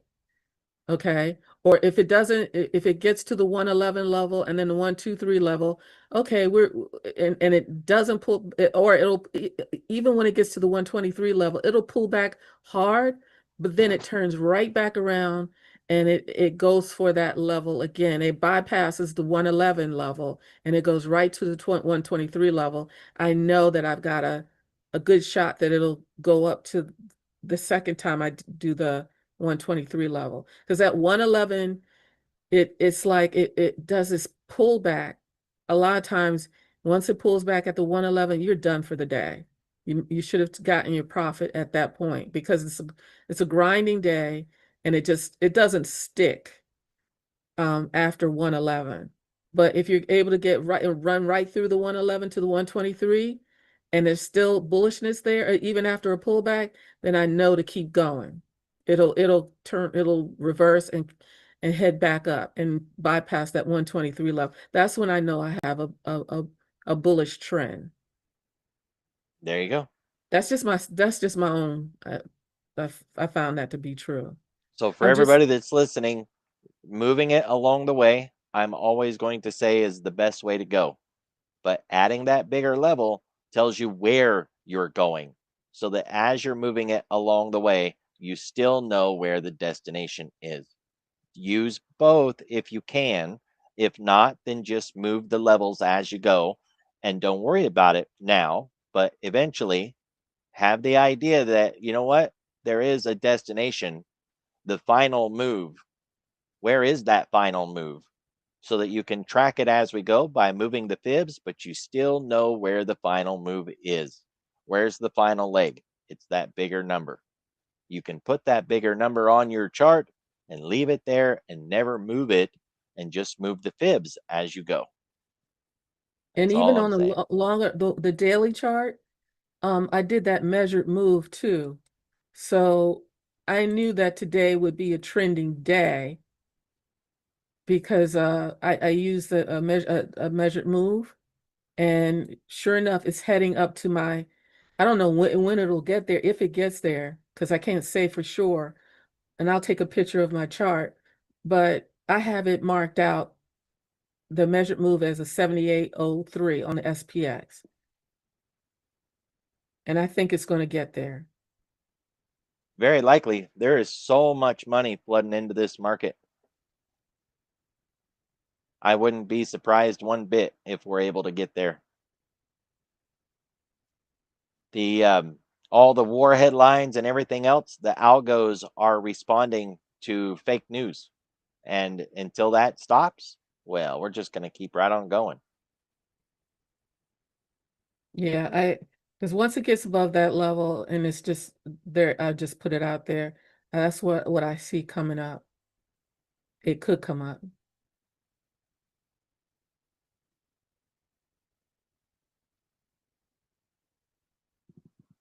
And that first, where today's candle is, that's like the 123. I have that marked out as the 123.6, and it's heading up to I think that's how I have it. I haven't looked at it today. I marked this out Monday. Yeah, I will. Yeah, it's in the bull channel right now. So 23.6 to 38.2 is my bull channel. And then the line above that is the well, it's 38 above that one is the half back to that level is what I have. So if it gets above that half back without having a deep pullback, we're just going to keep going. At least that's my assessment.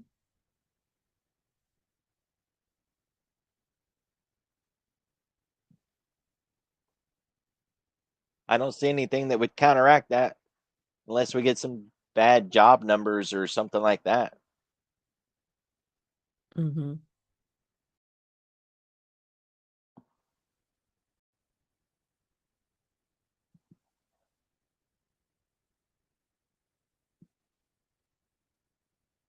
earlier we were talking about MU, Intel, all those hot runs. WDC is another one, ScanDisk, all those guys. They're just way out in no man's land. When they all turn, the market's going to get whacked. But until they turn, could look for what the short trade looks like, where we could target something. On WDC, it's the gap here.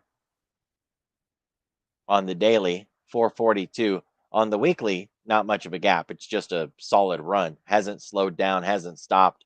But on the daily, if you look at yesterday, look at today, we're just trying to break out on the day now. We did break out the downside and we did break out the upside. So we got an outside bullish bar. Nice recovery. Left the gap and it's still pushing. It's not done yet. It might be soon, but it isn't done yet. So when the reversal comes, it's very likely going to drop fast. There's an old market logic that talks about the ones that move the fastest, farthest to the upside are the ones that are going to move even farther than the rest when it goes to the downside.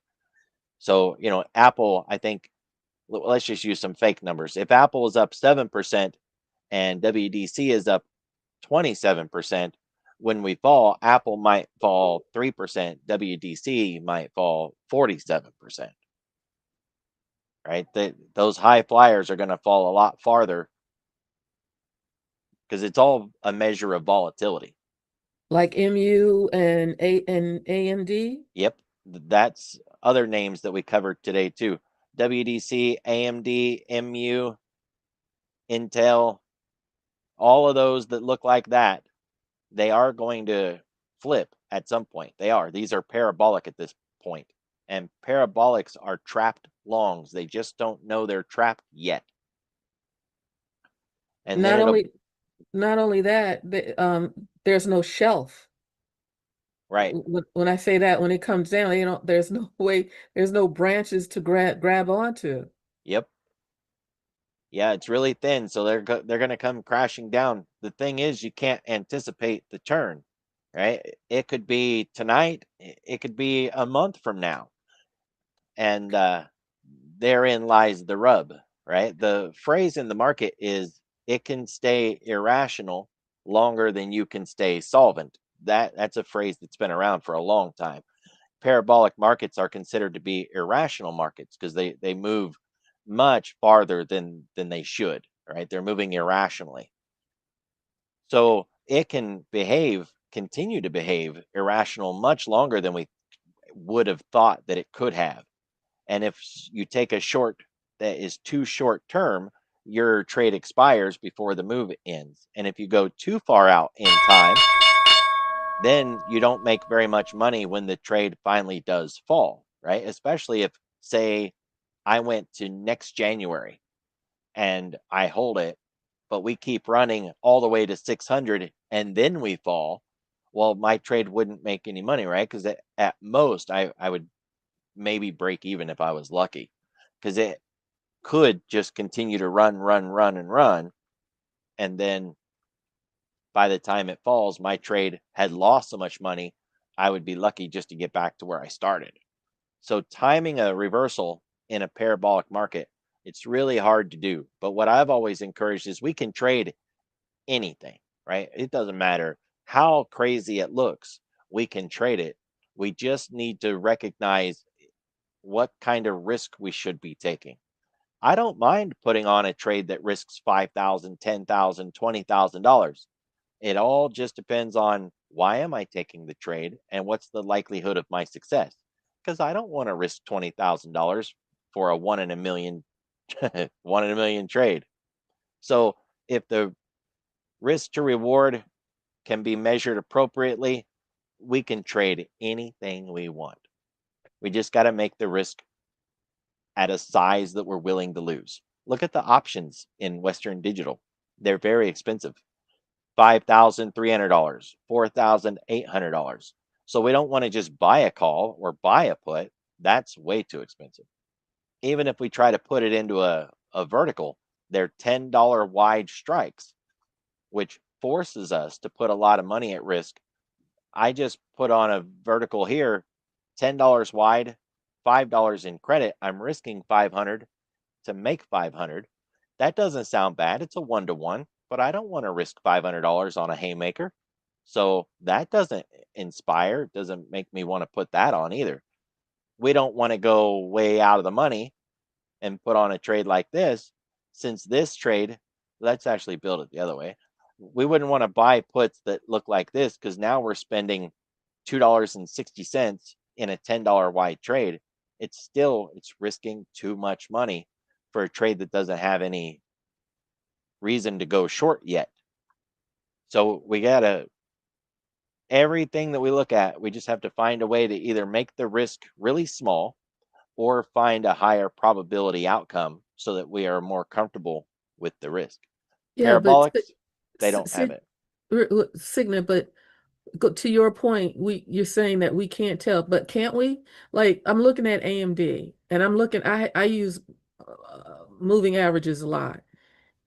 Right now, doesn't inspire me to get short, right? Even though the 3 EMA is somewhat far away, but if it goes up 2 more days like this, higher, and it's outpacing my short-term moving average and the 8 EMA, I'm putting on a credit I'm putting on a bear call credit spread of some kind, or just a bear or buy puts, because it's gonna come down. And there's a gap. I'm not disagreeing with you. I'm fully supporting the idea that this is going to come down, and probably very soon. Mm-hmm. Now, how much money are you willing to risk on that idea is all I Not was right. saying. Yeah, not right now. But if We but can if it, trade anything, right? yeah, yeah. That's the thing to remember, is we can trade anything. We just need to be aware of how much it's going to take. How much Mm. risk do I have to apply before I can have this trade? I don't care how wild it is. It can be a penny stock. It can be a gapping, ugly, nasty chart. I'll trade anything if I can manage the risk. You know what I mean? If it's 2 pennies, I don't care what the chart looks like. Hell, I won't even look at the chart. For 2 pennies, throw it on. What do I care? Yeah, but to your point that you reiterate over and over again, and I incorporate this same strategy. If it goes bullish, like when it shoots like a shooting star the next day, that's where I want it to be. I want it to pin right up there, because it's bullish, and you buy puts when it's bullish. And it gives me extra confidence when I see that it's, because price action, I always say this, price action loves its moving averages. It's like that blanket with Linus. He always have to have that blanket. And that's how I feel about price action. Like, once it moves so far away from the moving averages, it's like it feels naked, and it wants to get back to one or two of them. Right. So if it goes up one more day, I mean, the moving averages have no way of getting up there too soon. Yeah, I think a put would be in order. In your account, not mine. The reason why? Look at these prices. Now, Oh, are you willing to AMD. spend $2,000 on that put? No, no, Me neither. no. Therein Oh, wait, lies wait, the wait a minute. problem, right? Okay, okay, but if you do a bear call credit spread, how much would that be? Which goes back to my original point. As long as I can control the risk, I will trade anything. But if Yeah, it's too expensive, I don't care how good it looks, I'm not trading it. I didn't look at the prices. But if I looked at something in the weeklies, right? That's going to be cheaper, but I would still do a bear call credit spread because of the cost. I see traders who can't grasp this logic, and they'll say, but I'm really confident. I'm really confident. I don't give a damn. Not in my account. If I don't like that risk, I'm not taking it. I don't care how confident I am. But on the other Mhm. side, I don't even need to see what the chart is. If the risk is really small, I don't even need to see it, right? Because if the risk is small enough, whatever, throw it on. But if the risk is too high, I don't care if you've got a guarantee from the broker himself who says, I promise, no matter what, we're going to make sure you make money. I don't care. I'm not putting that trade on, Right. no matter Right. what. Right. So it's all about your comfort with the amount of risk you're about to take. And if Mm-hmm. you can put that risk in check, no matter how confident you are, as long as you got the risk in check, you can take any trade you want. But Right. without that risk in check, I don't care how good it is in my account, I'm not trading it if I don't like the risk. Yeah.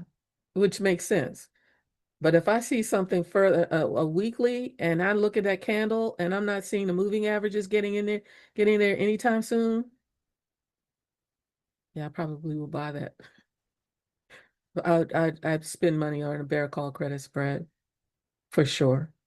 I've seen sure things that I've seen a million times work, and the risk is too high. And I set out, and sure enough, a headline, news, something happens to the market and breaks that sure thing, which is Mm, why I don't care how good it is, how sure it is, how confident I am. If I don't like the risk, I'm not taking it. yeah. And right now, in these headline markets, that's more true than ever.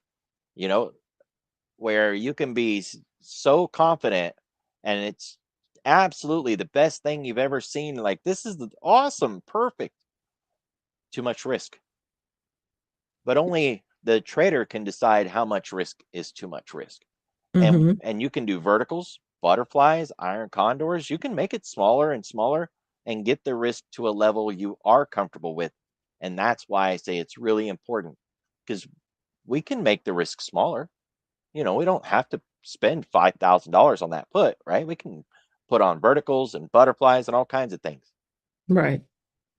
Well, that's what I would do is put on, because I didn't look at the options chain for AMD, and I would go a little shorter, maybe 10 days to see. eh, I would wait till tomorrow to see how much further it will stretch. And I might not even do that. I might wait for, I don't know, after NVIDIA reports. That would be my thing after. Because I don't think it's going to go anywhere. I think it's just going to keep inching or just meandering until NVIDIA reports. That's just something. But look at that gap, though. That gap, okay. Got to We'll see. manage the risk. Yeah. There was a Axios, not an Axios, there was an Anthropic headline earlier too that just boosted everything a little bit more again today. I'm scrolling back, I'm trying to find it. Um, Anthropic has agreed to partnership with SpaceX that will increase Claude's compute capacity and increase its usage limits for users. They will now be using more Google, more Microsoft, more. I had a whole list, but all of those got juiced from that headline. On top of their already parabolic moves, it just added more fuel to the fire. And there's no, and see, I'm looking at the moving averages. After a while, they're so splayed out right now. Oh yeah, I mean that's the very beautiful example of moving averages that are perfectly spread. That's exactly what you want to see.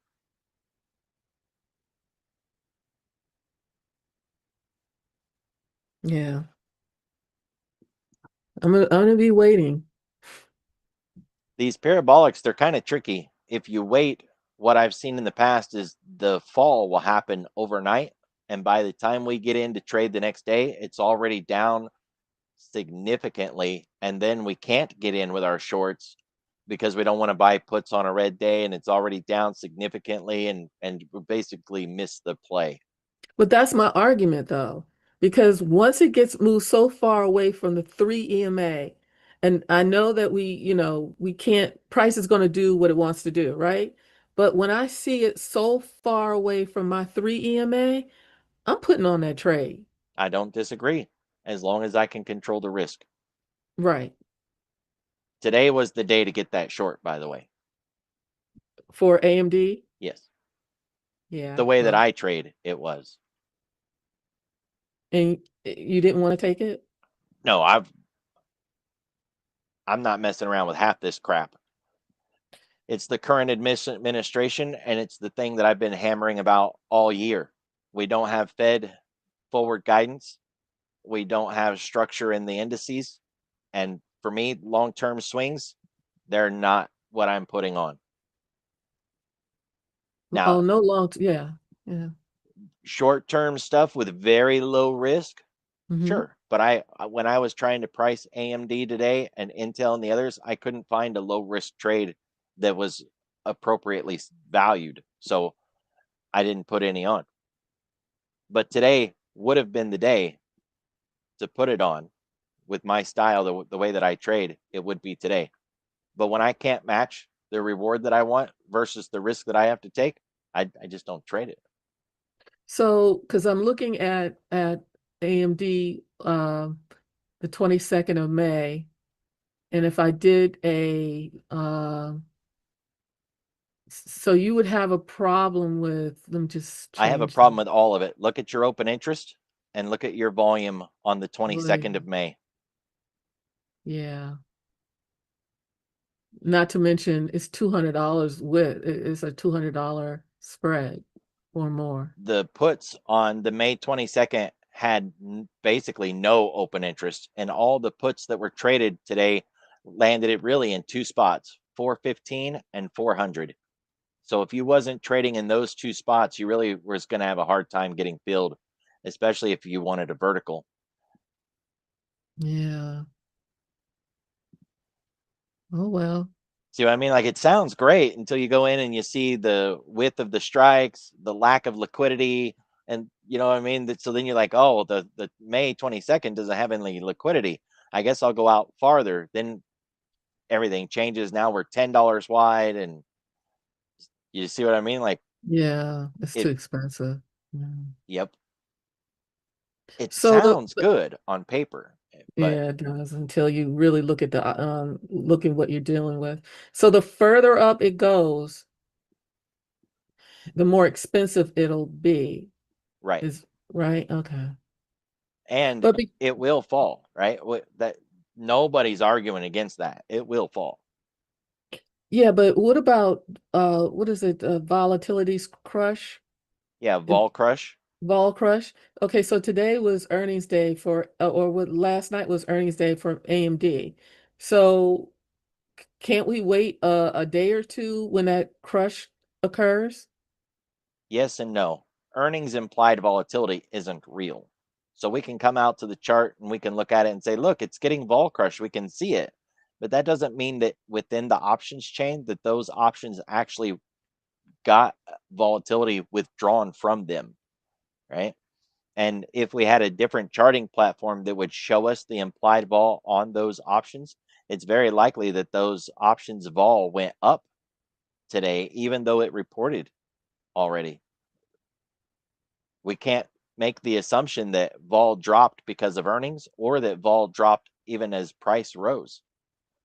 So here's implied vol in the options chain, and each one of these strikes has an implied vol level, but we can't say for certain that the volatility went down in here. Only on the chart, on the candle chart, did we see that implied vol went down. Mm-hmm. And if it continues to run at these levels, so overbought the way that it is, it actually will turn into a spot up, vol up situation. In that scenario, as the price rises, the volatility will rise with it, because every trader out there is going to say it's so overbought. This thing's going to fall any moment. Right. And so then everybody's trading on the put side. It causes the volatility to rise, even though the stock is rising. The volatility is rising because it's not like nobody else can see this, right? Everybody can see it. So if we all know that it's going to fall, we're all really comfortable with the idea that it's going to fall, the IV will actually go up as it rises. And then it will go up when it falls. So it'll get volatility twice. Okay. I warned about that this morning in the morning briefing, that we were getting into a spot up, vol up scenario. Because if you get too far, the old school books will tell you the 20. If you get too far away from the 20, you end up with a spot up, vol up in equities. But for us shorter term traders, we can use like the 3 and the 10 and point out that when we outrun those, we get into a situation where we get a spot up, vol up in a shorter duration. In the morning briefing, I use the 10-day, but I have been considering building a 3-day with the same tool logic. How far away are we from the 3-day? Because it is a quantitative value that we can point to, just like I do on the 10. We could just swap that 10 out for a 3 and do a look back and say, well, when does it usually get so stretched that it forces mean reversion? I don't know, because I haven't applied it yet. But if we did the same looking at a 10-day, we can say, oh yeah, 3% is usually about the starting point for that reversal. Maybe 3.25. Once it gets 3.25% above the 10-day, that is about as far as it goes. There's 3.25. I just added that line. It worked there. It looks like it worked there. Yeah, we got above it and failed. And it worked there, got there and failed. 3.25 is just about as much as the market can tolerate. After that, it flips. But flip doesn't mean fall. It just means flips from being going somewhere to not going anywhere, or going the other direction, one or the other. So we could swap 10 for 3 and do the same measurement and say, well, how far away from the 3 can we get before it finally stalls out? And then, of course, you put whatever market you want. Tesla will get farther away than Campbell's Soup. Campbell's Soup will get farther away than Ford.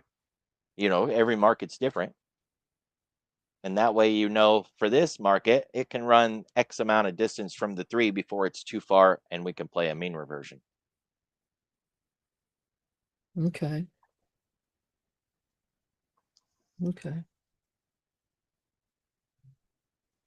Those gonna be data center stocks and memory stocks are really dangerous right now, and they are highly correlated. So when they go, they're all going to go. And that'll bring down the entire market, you think?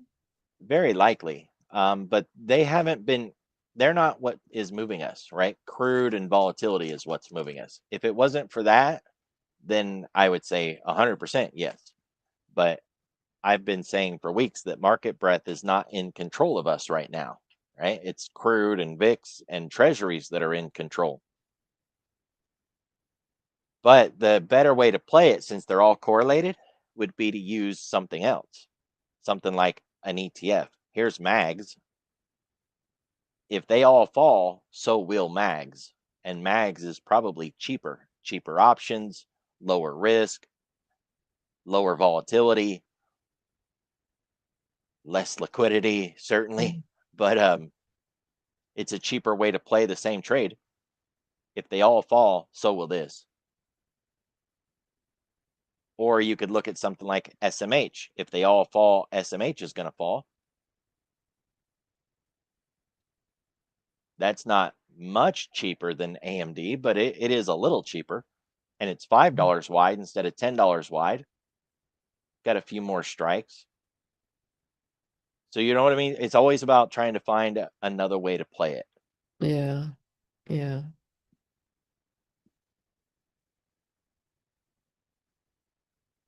Okay. Good lesson. Every day, right? We try to find something every day. Every day. Yeah. Okay. Well, thank you. Oh, thank you. It's good to have something to talk about. Yeah.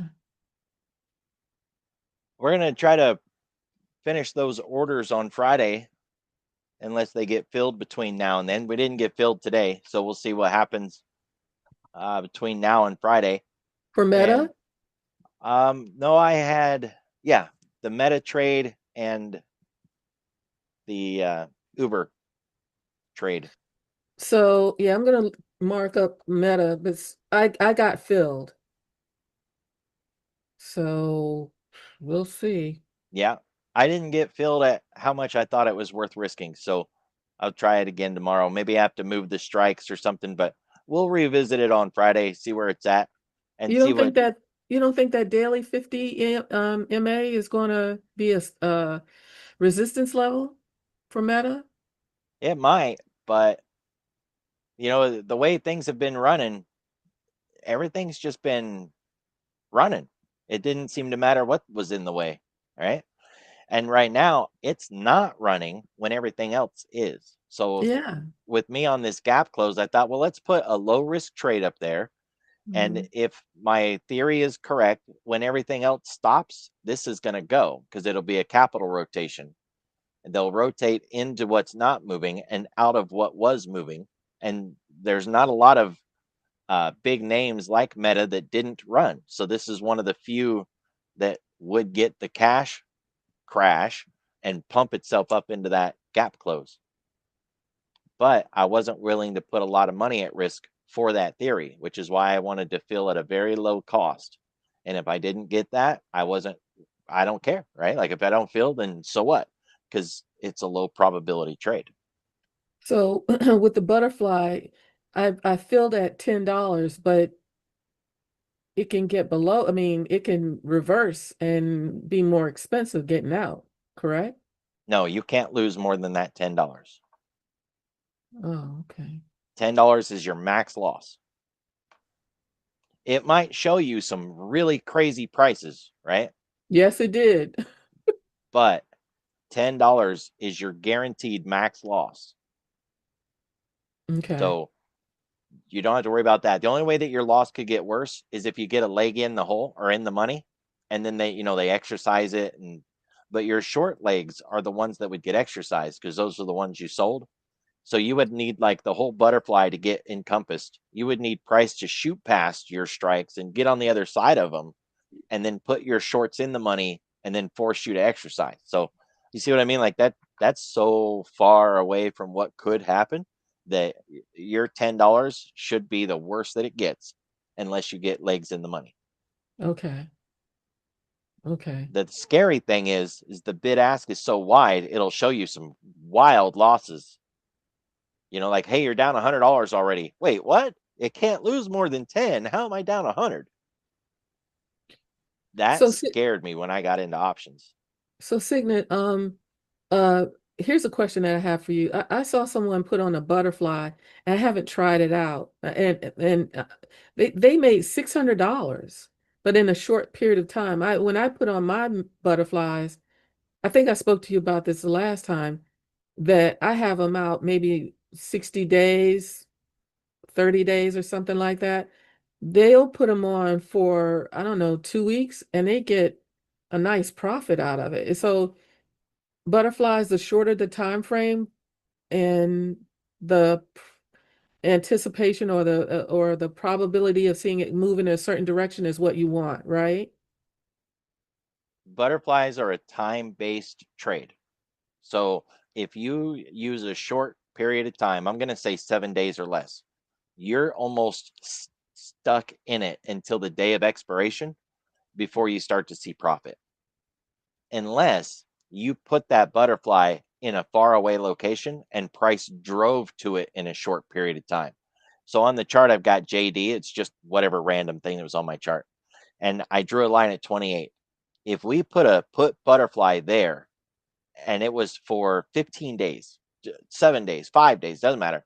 If I put a butterfly there and tomorrow price falls all the way down there, that butterfly will probably monetize a little bit because it was short term, but we fell such a long ways. The problem is the butterfly has a long and a short in it. So yeah, our short worked really well, but our long didn't. And so the long lost money, the short made money, and both are capped. So once the max profit on the long is reached, and once the max loss on the short is reached, then you've reached your caps. That's all it can make. And they canceled each other out. You still need time to go by for the trade to pay you anything. And until that happens, you're stuck. So if you have a longer term trade, like 21 days or 3 weeks, along the way, the trade starts to mature and you start to see profit in the trade. But if you're Okay. short term, you're almost not, you're almost going to play chicken with the clothes to get any profit out of that, especially a 0 day or a 2 day butterfly. They are horrible for getting out early.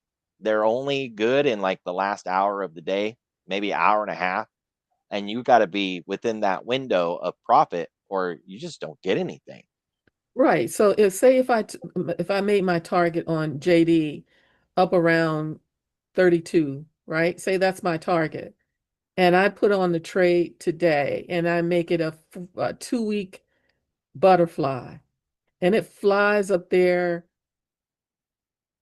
Monday or Tuesday of next week. I It- really don't get that much money out of it. right. You wouldn't get much money out of it.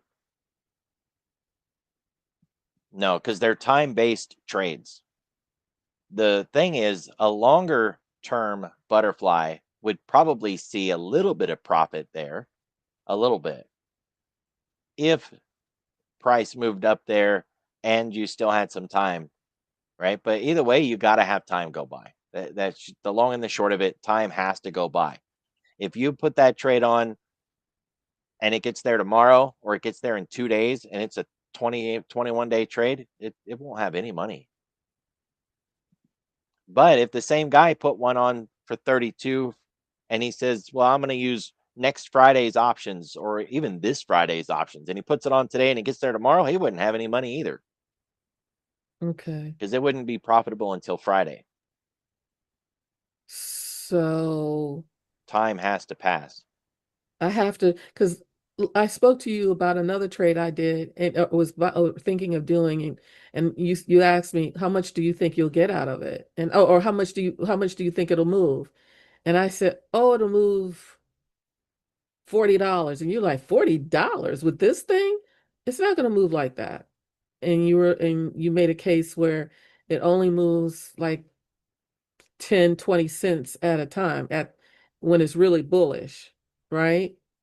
So I guess I would have to look at how much this stock can move or has moved, or is typically moved, and then base my trade on that, correct? When it comes to the butterfly, it won't matter how much the stock moves. It won't. It matters about the options value. Here's a butterfly risk graph. You really want to get to the point where you're playing with these risk graphs a lot. I've got a Mm-hmm. June 18 trade. I'm going to move forward every day. I'm not moving price. I'm just moving time. And by the way, price is in the butterfly. Watch that yellow line. That's our P&L. So each day that goes by, that yellow line starts to move. And I'm going to do it fast so that it moves fast. Mm-hmm.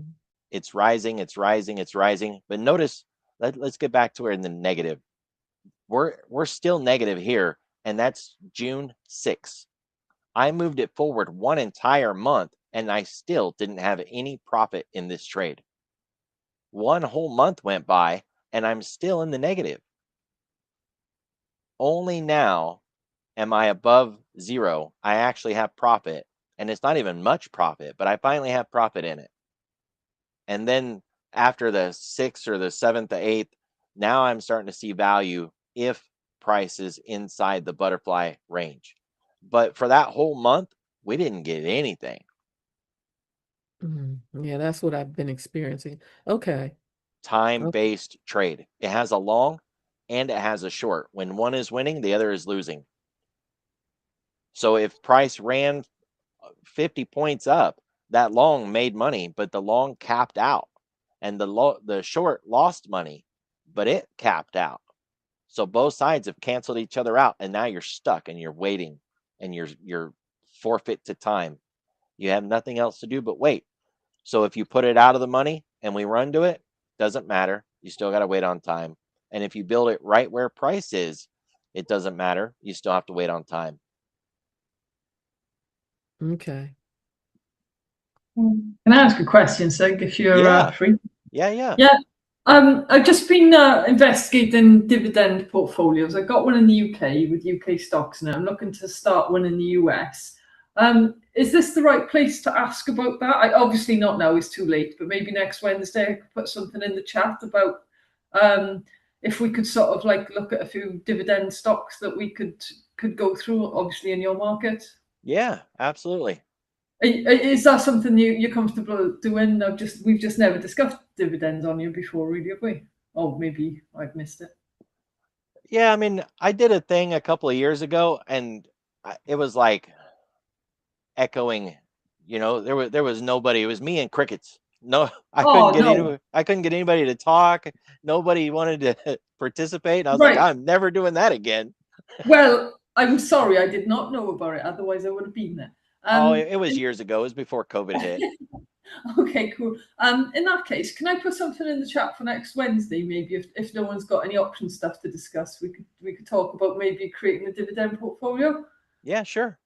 Because I've got one going with a UK broker and it's doing quite well. And obviously, you know my theory that I'm going to use options to get into a stock. I'm thinking, can I use options to get into say if you're going to buy like ExxonMobil or I don't know, Occidental or oil company or whatever, Kimberly-Clark, whatever you guys like what suggest. Look at which ones would be good to use options to get into so that you hold the stock long term, but you're using options to get into them. Do you reckon that's a good strategy? I do. Yep. Good. Right. In that case, I'll try and nail you down for something next Wednesday. But as long as you're happy to discuss it here, then cool. Thanks. Yeah, sounds good. I look forward to it. Cool. Me too. Right. I'll catch you next Wednesday then. All right. With that, guys, let's go ahead and wrap it up. We ran over a little bit anyways. As always, if you have topics that you want to hit on, charts, analysis, really anything trading related, hit us up.